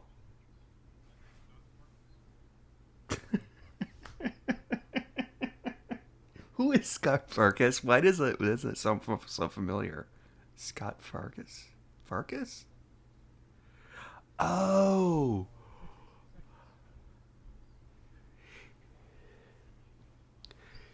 he.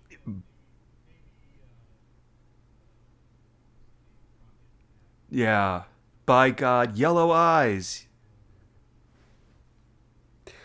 You, he reminds that character, whoever that actor is. I have no idea. He reminds me of that actor. I think he's English. Um, he's redheaded. He was in the Black Mirror episode that was interactive. Help me. No, no, no. The Bandersnatch.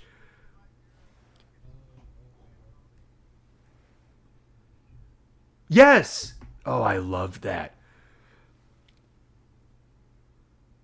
Unless your name is Tom.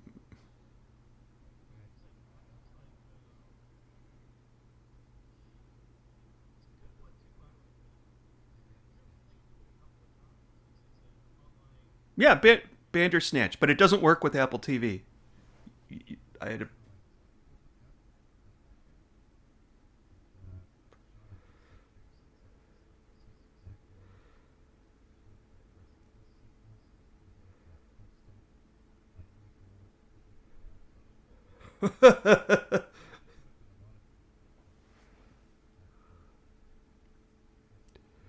I. Oh no no, he's not the same kid. He's not the same kid. That kid from Christmas Story is way too old. But he reminds me of him. And oh god. Oh okay okay. I'm sorry.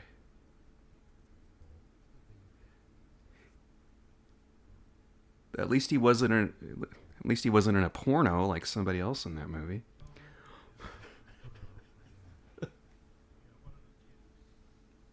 The one that got his tongue stuck to the pole.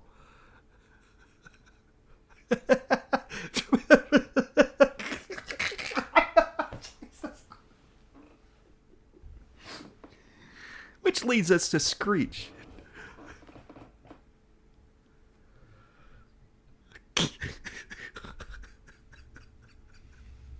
I don't know why it had to be Screech. Why couldn't it have been Zach and or Mario? Let's say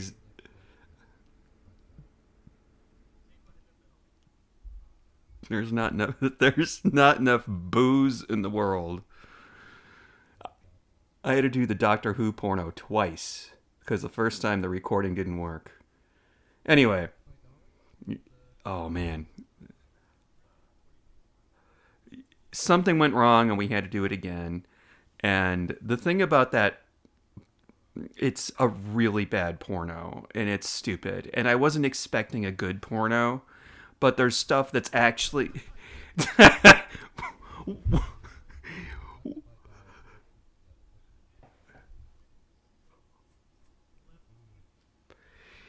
The scene with the gun I found really offensive. I don't think that someone. It's okay. Go watch Doctor Whore instead.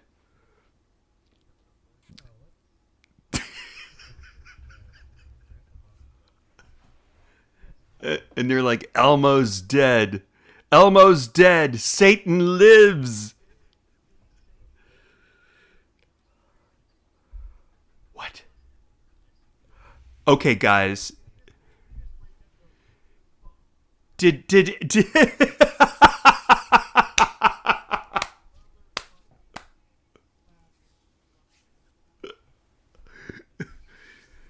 Yeah, I hope it was a good swear word, like cocksuckers, not like shit, because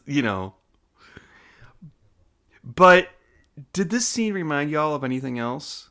Also with William Wyndham in it.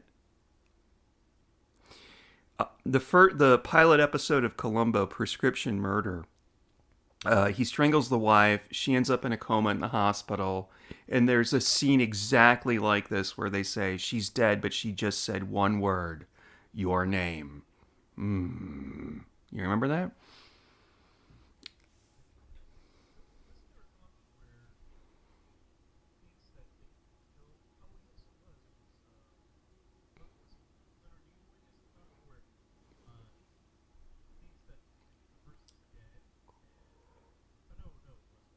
No, that's the chess one. The chess one with Lawrence Harvey, where the garbage compactor. Mm-hmm. Mm-hmm. It was the chess one because he throws him in the garbage compactor and he doesn't die. It's the old Russian guy played by character actor, can't remember his name.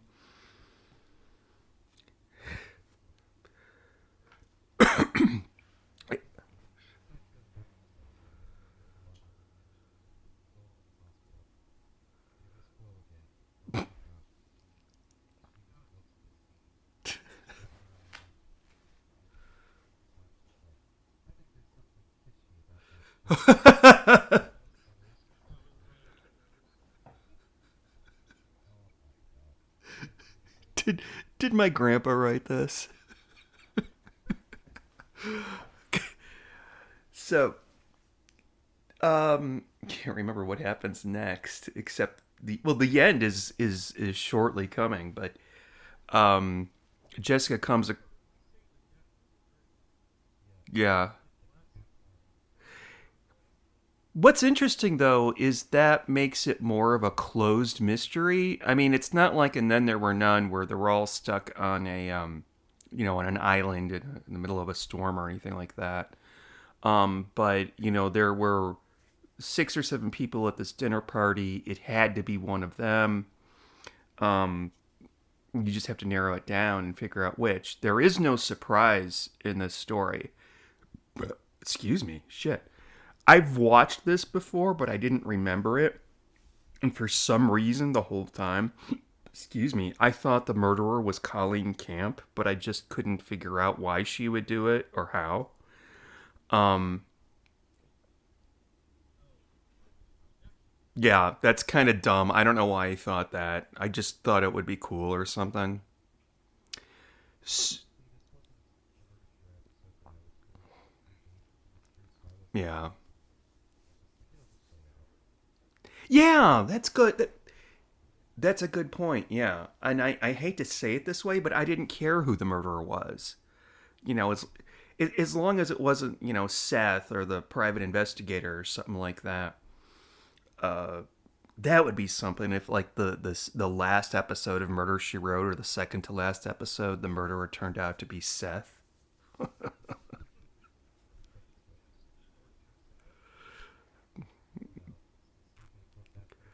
Oh, we don't. Yeah, that's like 1998 internet theory.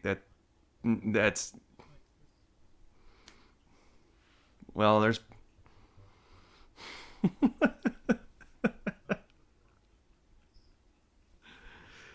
um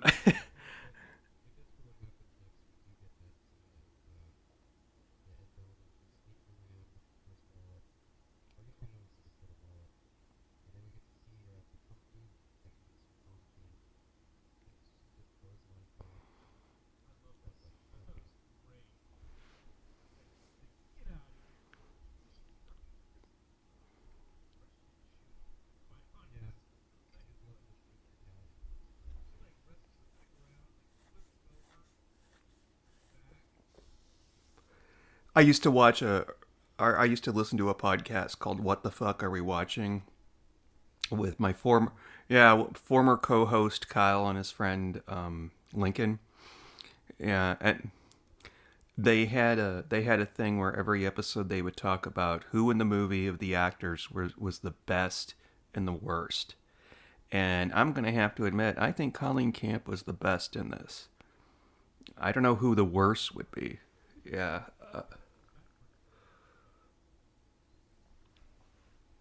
Crossed Lines, the one with Jessica in bed. Is it Crossed Lines? Is that the name of it? The one with the tuna omelet. She's actually the murderer.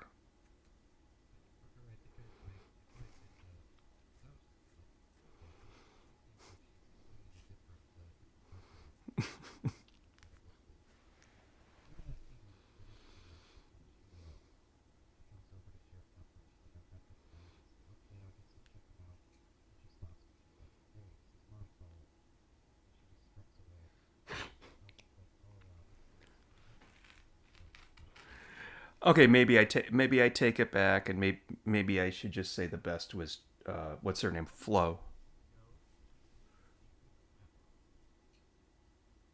No, sir, yeah, it's big. Kathy Bates plays Matlock, and I'm totally serious. Yes, totally serious. And when she's done with this role, she's going to retire. Allegedly, you never know when people say that if they're really going to do it.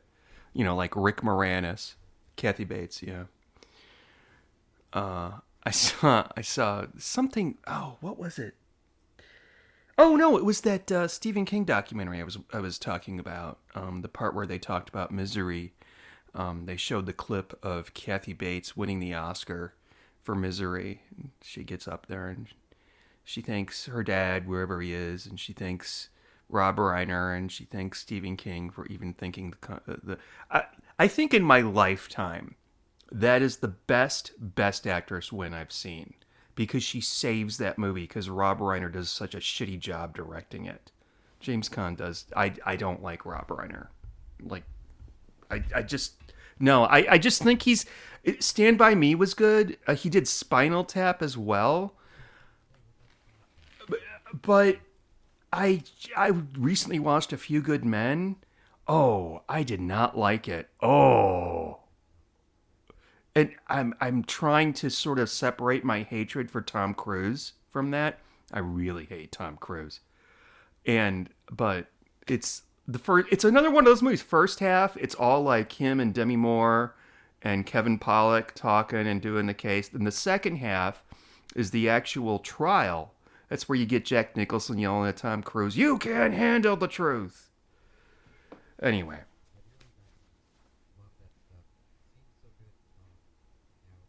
yeah. And sometimes it's just the music ruins it, you know?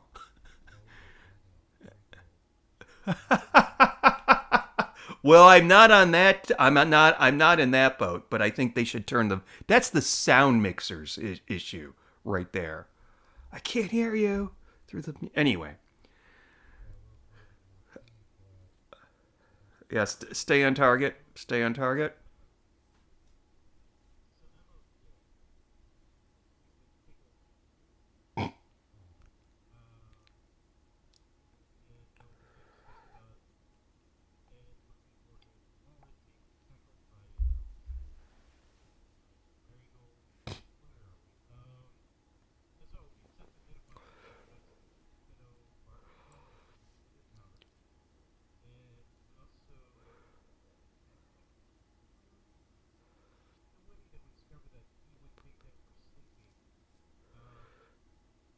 Oh, so it was okay. It was already in his system, and more in there, and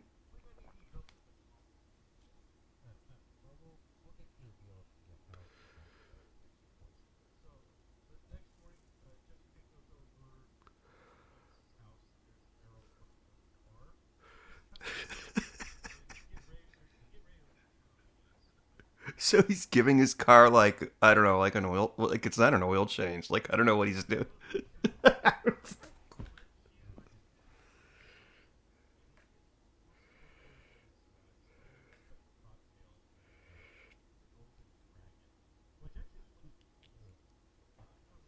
No, let me ask you guys this: if this guy invited you into his house, would you have a cocktail with him, or again, John Wayne Gacy?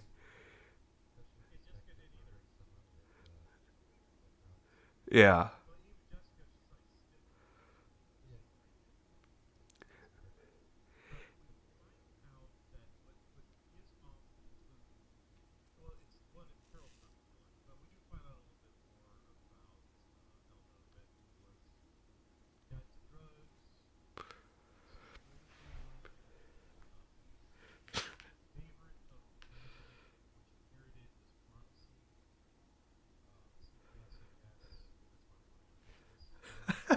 They because they ruined they wasted so much money on printing receipts. Yeah. Yeah.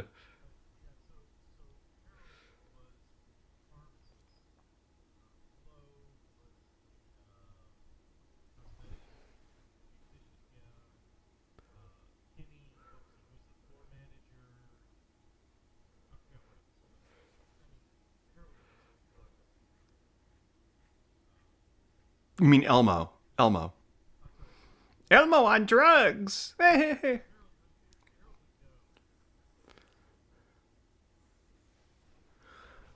So that does kind of make Harold the person with the best motive, opportunity, and means. Yeah. Yeah. Yeah. He would.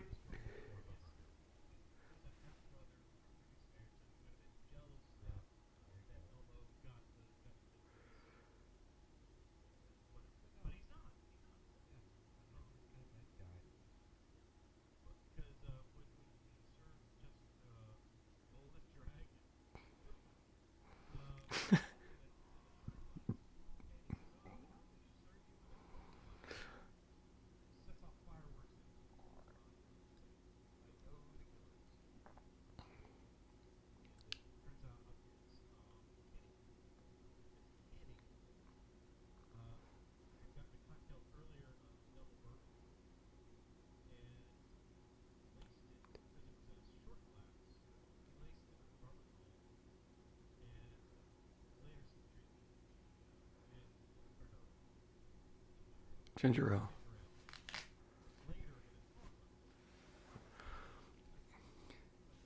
Well, no, wait, no. I think this is a good clue. I really do think this is a good clue. Um,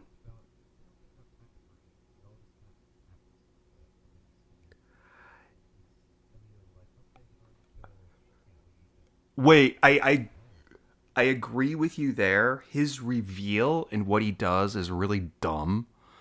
But the clue about the glasses, that he went from a short glass to a tall glass. And by the way, if he spiked the bourbon and then poured that into the chowder, when did he do it? And wouldn't everybody taste the bourbon?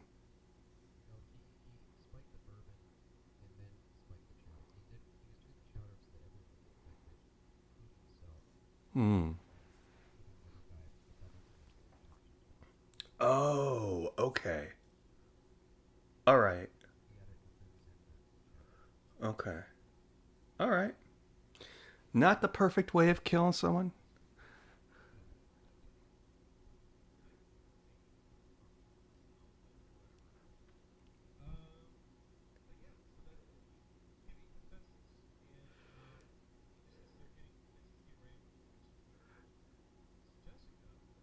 With a knife, a pocket knife. Like, hi, I'm Henry Bowers from Hit.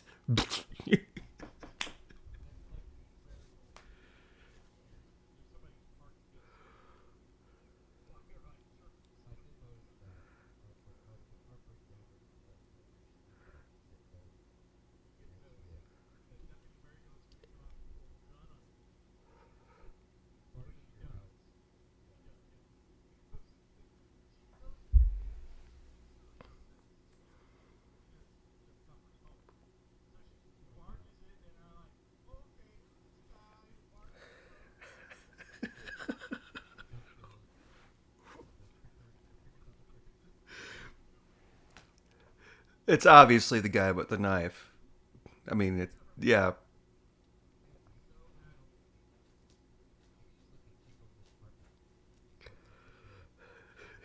It's just, I'm sick and tired of cosmetics.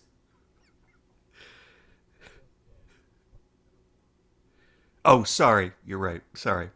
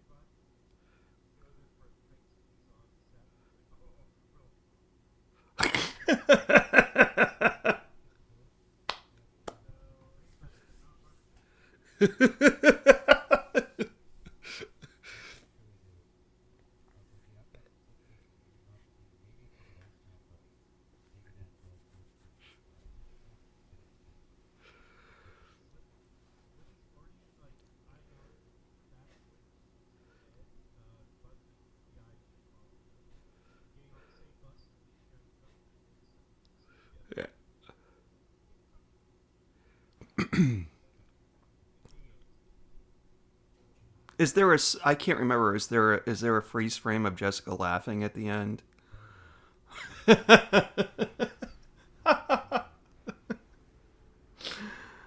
Oh.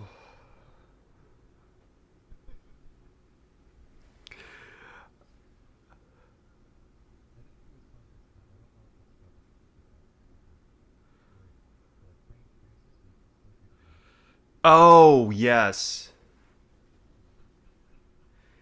Do you, do you know? Years and years ago, I was watching a movie. I was watching Teen Wolf with my then girlfriend, and we were watching it on TV, and it was near the end of the movie with the basketball game. And I said, I will bet you $1 million this movie ends with them winning the basketball game. And then Michael J. Fox as Teen Wolf is going to do like a fist thrust. And then they're going to pause it and then roll the credits. Now, I was absolutely right. But the reveal, we're watching this. And this is like 1990, I don't know what. And she's like, oh my God, did you just see that? This is a few minutes before the movie ends. I'm like, what? She goes, a guy just zipped up his fly on the camera because they have these people sitting in the seats in the gym, and when they stand up to cheer, there's one guy that visibly zips up his fly. Why am I telling this story? I don't know really either. I just it's the gummy. That's right. Okay. Yeah. Thank you very much. Okay, that was it. No, his pee wasn't. See, why do you always have to take it down one more level? It's like I take it down to like the basement, and you take it down to like where the serial killer keeps. You take it down to like the Tetzel family from Germany.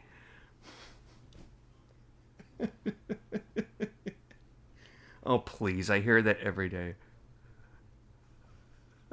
The chuds. Do you know what chuds are, Steve? Okay.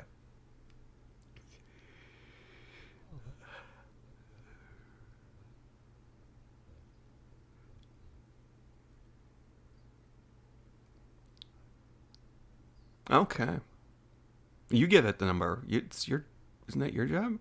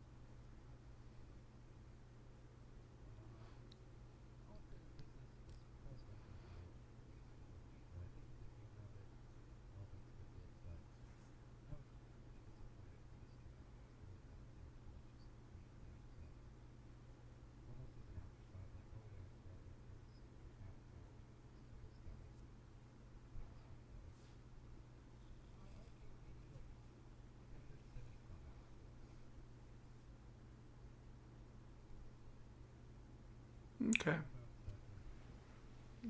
Okay. Mm-hmm.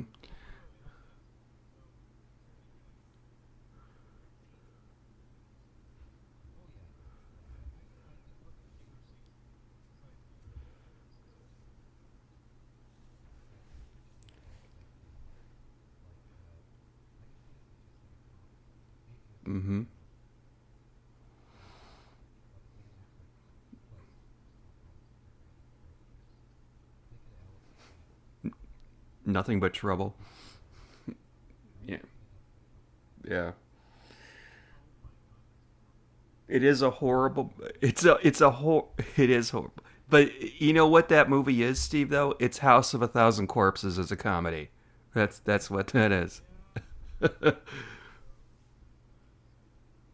I hate those two babies in the thing. Oh my god.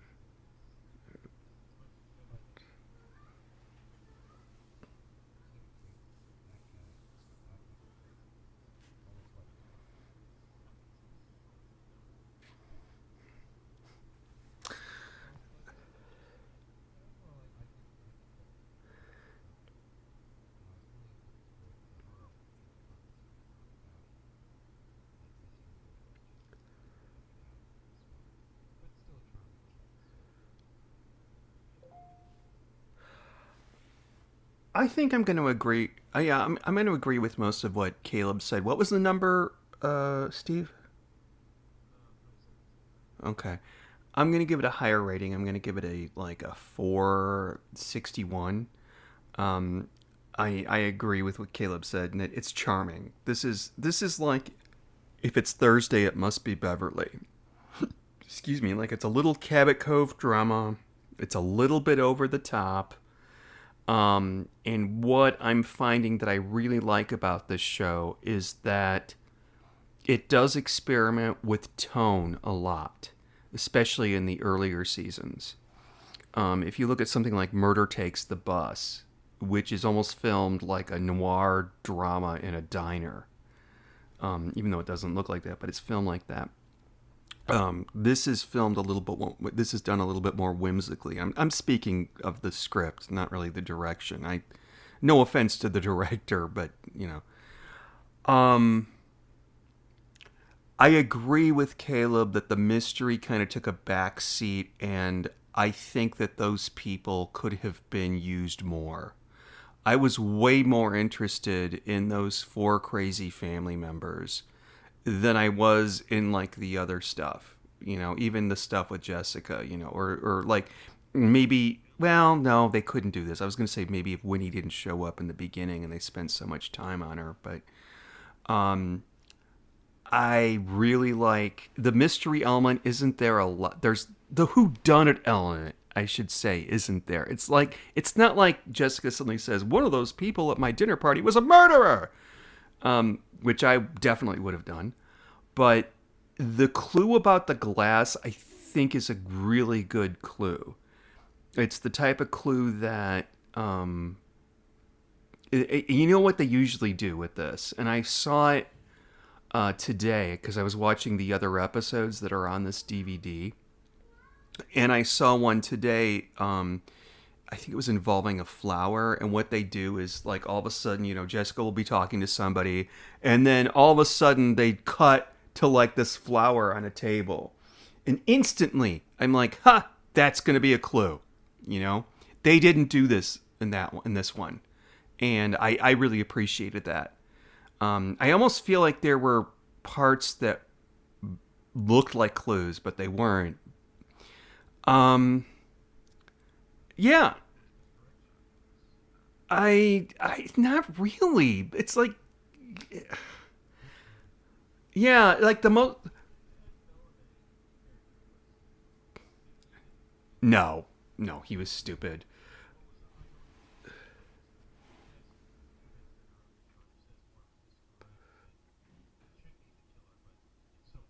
Yeah, he's like the mafia. Yeah, it's like whenever they have like a mafia character, it's not going to be him. The mafia character is too obvious. Oh, the bird's is in this. I'm sorry, I take that back. Yeah, Sharpie's in there. The deputy, what's his name? I didn't get that. I don't know where they were trying to go with him. Grover. Yeah, a deputy. No, go ahead. Go ahead.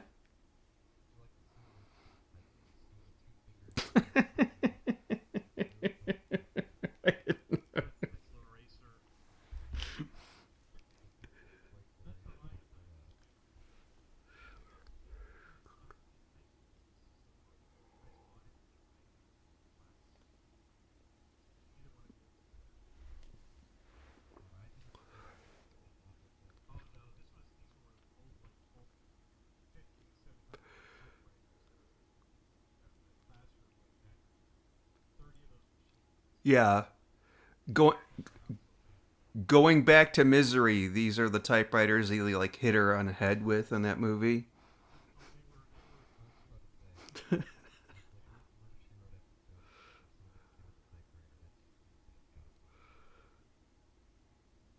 I don't think so. Can't remember. Yeah.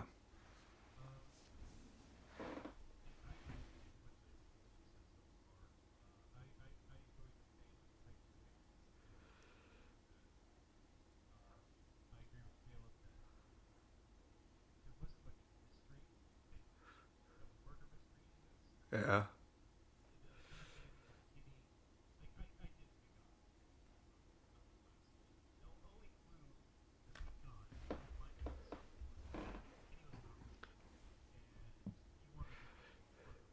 Yeah.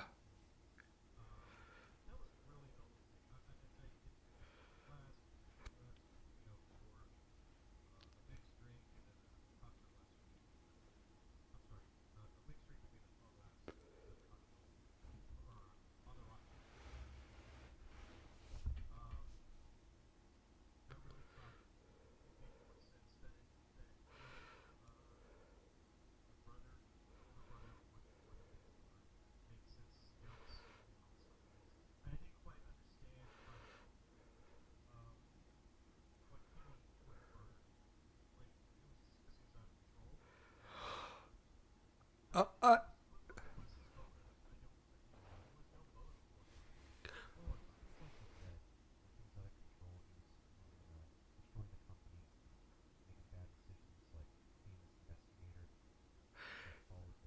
I Yeah, I think that was really ineffectual because these don't seem like the people that would be running a family business. Mm, specifically a specifically a drugstore.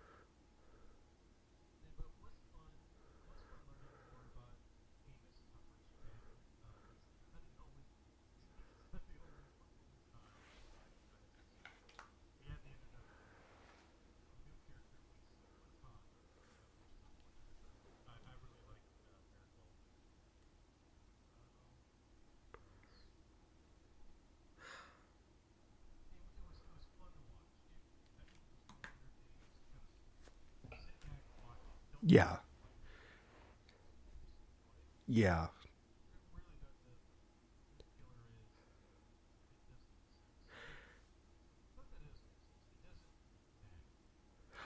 Yeah, that's true. It by the way, if you what go ahead, Steve, I'm sorry.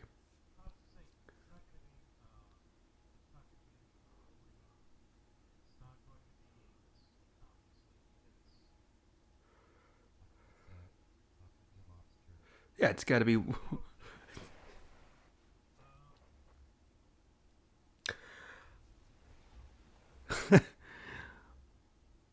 By the way, I do have to add, I'm watching it on mute right now, and when they serve the chowder, the killer, what's his name?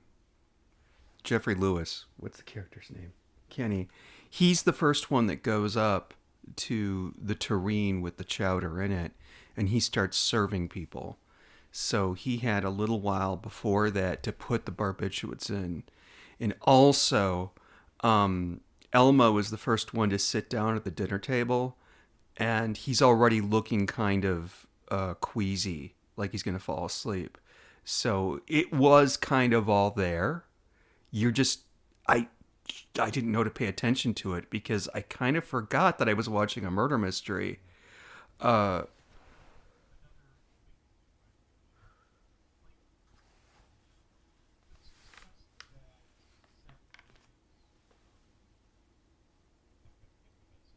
yeah.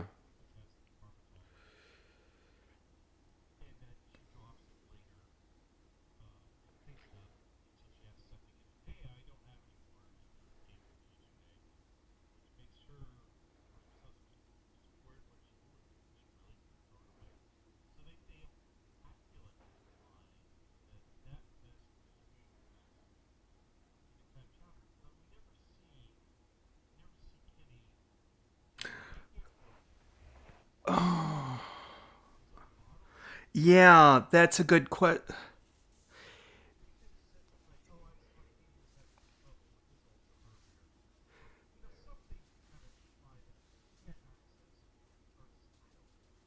I agree. Yeah. Go ahead, Caleb.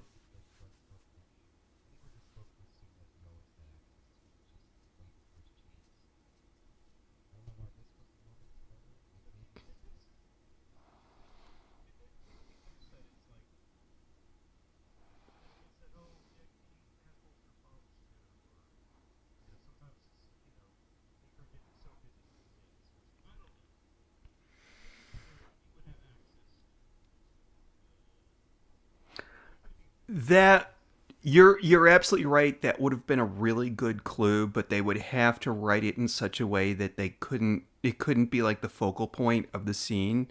They couldn't do like the quick cut to like the incriminating pillow or whatever it would be. You know.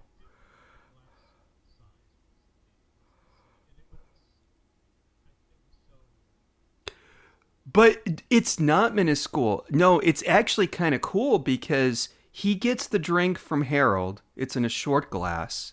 Harold visibly puts in ice cubes. And then later on, when Flo talks to her husband, oh, I hope you're not drinking, he's like, oh, it's just ginger ale. If they had suddenly, like, showed a close up of the glass, did I belch? What's so funny? Why are you laughing at me?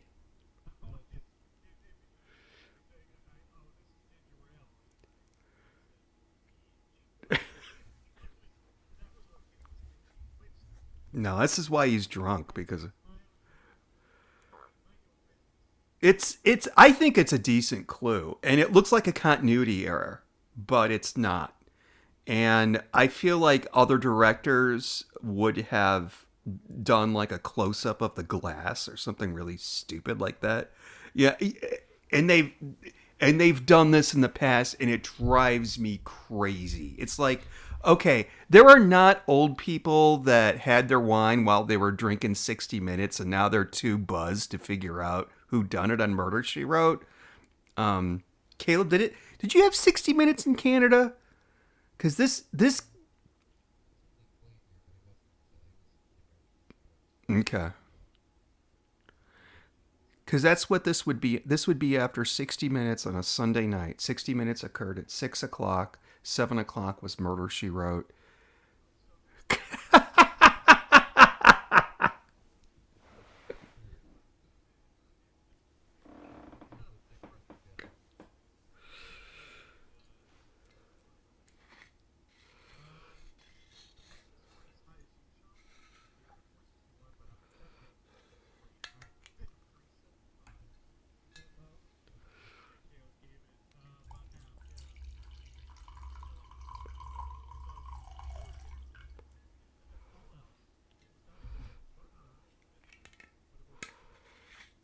And it was cool to see Amos be like the folk. I'm sorry, I'm not letting you talk because I'm drunk. But it was cool to seeing Amos be like the center of the story for once.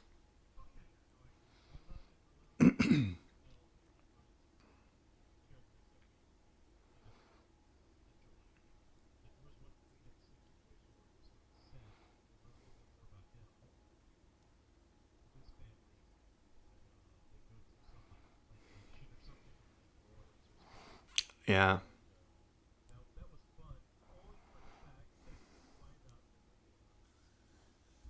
They, they do that again, by the way. They go see Seth's brother, estranged rich brother who ends up getting murdered. Okay.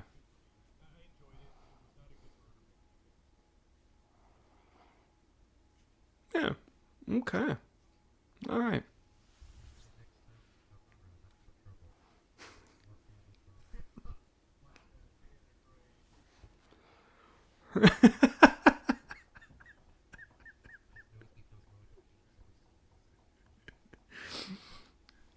You know,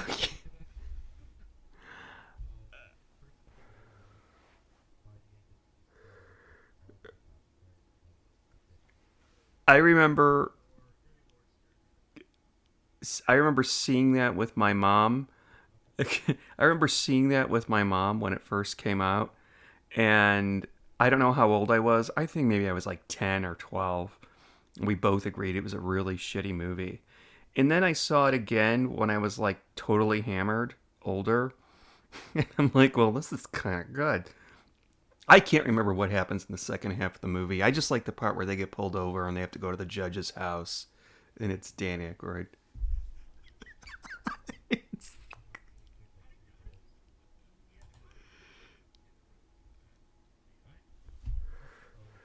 Hey, you know what? He nothing nothing measures up. My favorite person playing three roles is Tim Curry in Tales from the Crypt, where Ed Begley Jr. is a traveling salesman and he goes to this farmhouse and Ma and Pa, they're both played by Tim Curry. Remember the Caleb? No. Oh man.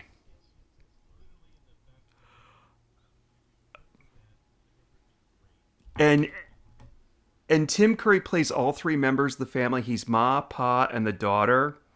And as the daughter, he has sex with Ed Begley Jr. And it's so gross because he sits on him and he's going like just not. Anyway, all right. Let's find out what we're playing. What we're gonna watch next. Caleb, since you are the guest, you get to spin the wheel.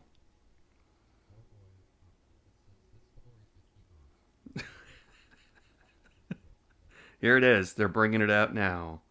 I've only got one cat today. Um, all right. All right, Caleb, when I give you the word, spin. And you can spin now.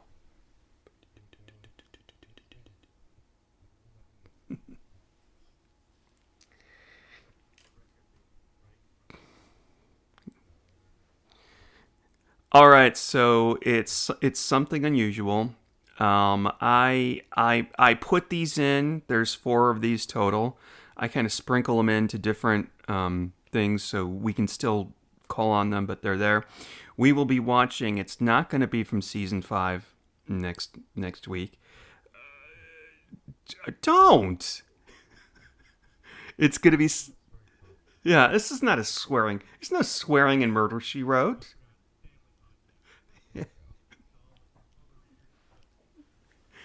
Yes. Yeah, if you listen to this podcast with your family, if you listen to this podcast with your family, you are living in House of a Thousand Corpses. Okay, we're going to be watching one of the made for TV movie specials. And it's called A Story to Die For. And I don't have the synopsis of it because it's in a different DVD cover that I didn't bring. I brought the season 5 DVD cover. So Steve, if you want to, oh yeah, we play this game, Caleb. If you want to guess what it's about, A Story to Die For.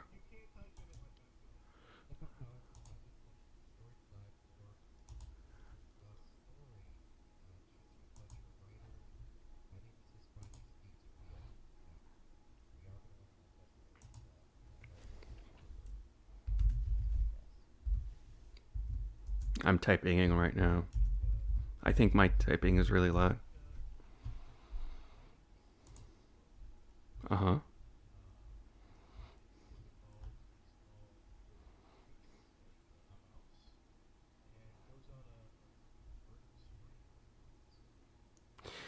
Well, that would be wrong.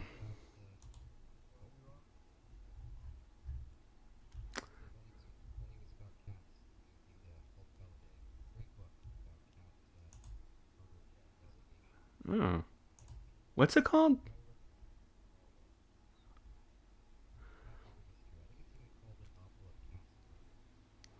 Huh.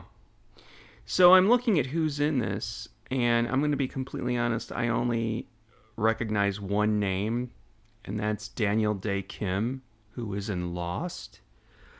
Um, Richard Crenna is in this. Oh yeah, I wouldn't say no. Stephen Culp.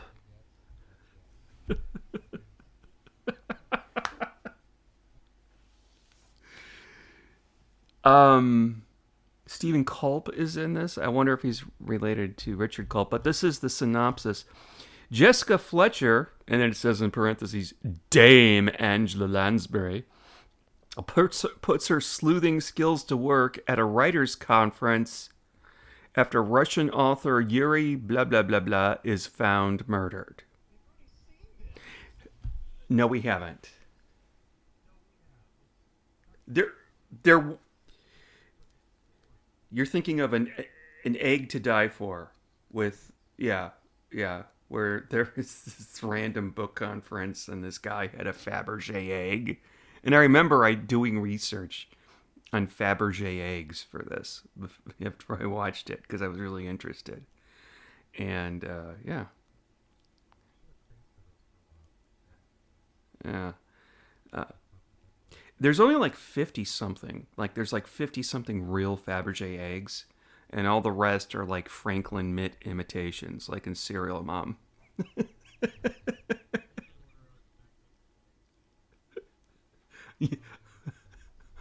like like the live monkey that you could order in the 1950s and 60s. Gilbert Gottfried would always talk about it. Like, why the fuck? You're gonna send in $5. They're gonna send you a live spider monkey, and they did.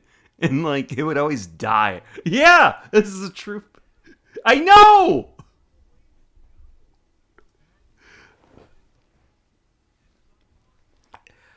You know, yeah. I'm not a PIA member. I eat meat and all that, but I'm gonna be. Yeah, there's a line, and that's not it. Killing animals for like movies. Killing animals for fun, obviously. Even hunting, I'm not even a fan, although I understand that there's a need for it. But all right, so that's what we'll watch next time. So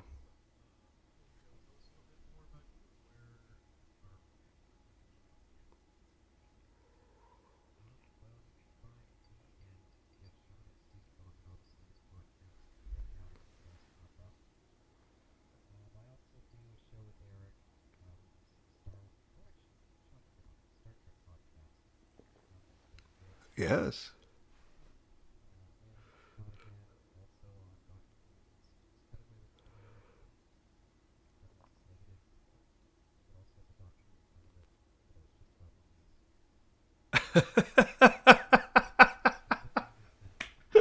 I know exactly what you're talking about. Yeah.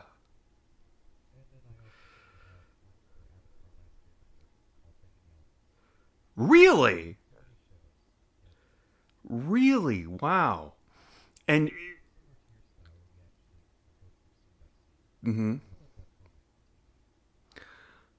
I often it's a really good question. I go back and forth, and I think it depends on who your co-host is. But uh, yeah.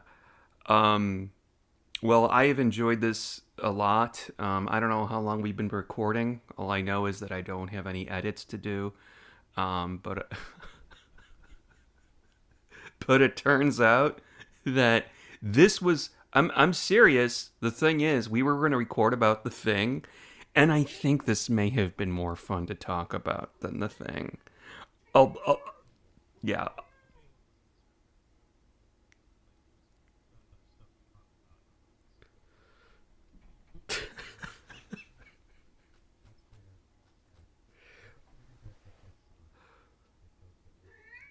Yes, 4 hours one time.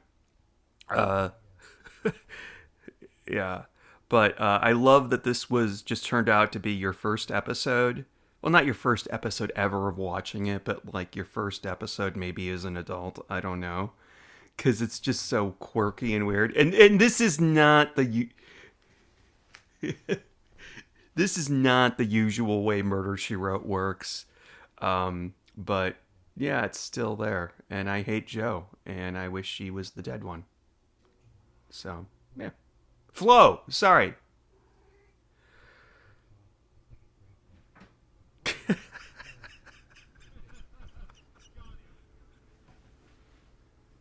Yeah, my grandma would, like, when she called you by your name, she'd go through all the other names in the family. Well, Sharon, Gail, Sean, Carl, Crink, Sean. Okay. All right, look, I've been around a long time. All right, everybody, well, say goodnight, Steve and Caleb. Bye, everybody. Now I gotta put my glasses on again. Okay, Caleb, I can honestly say that you were my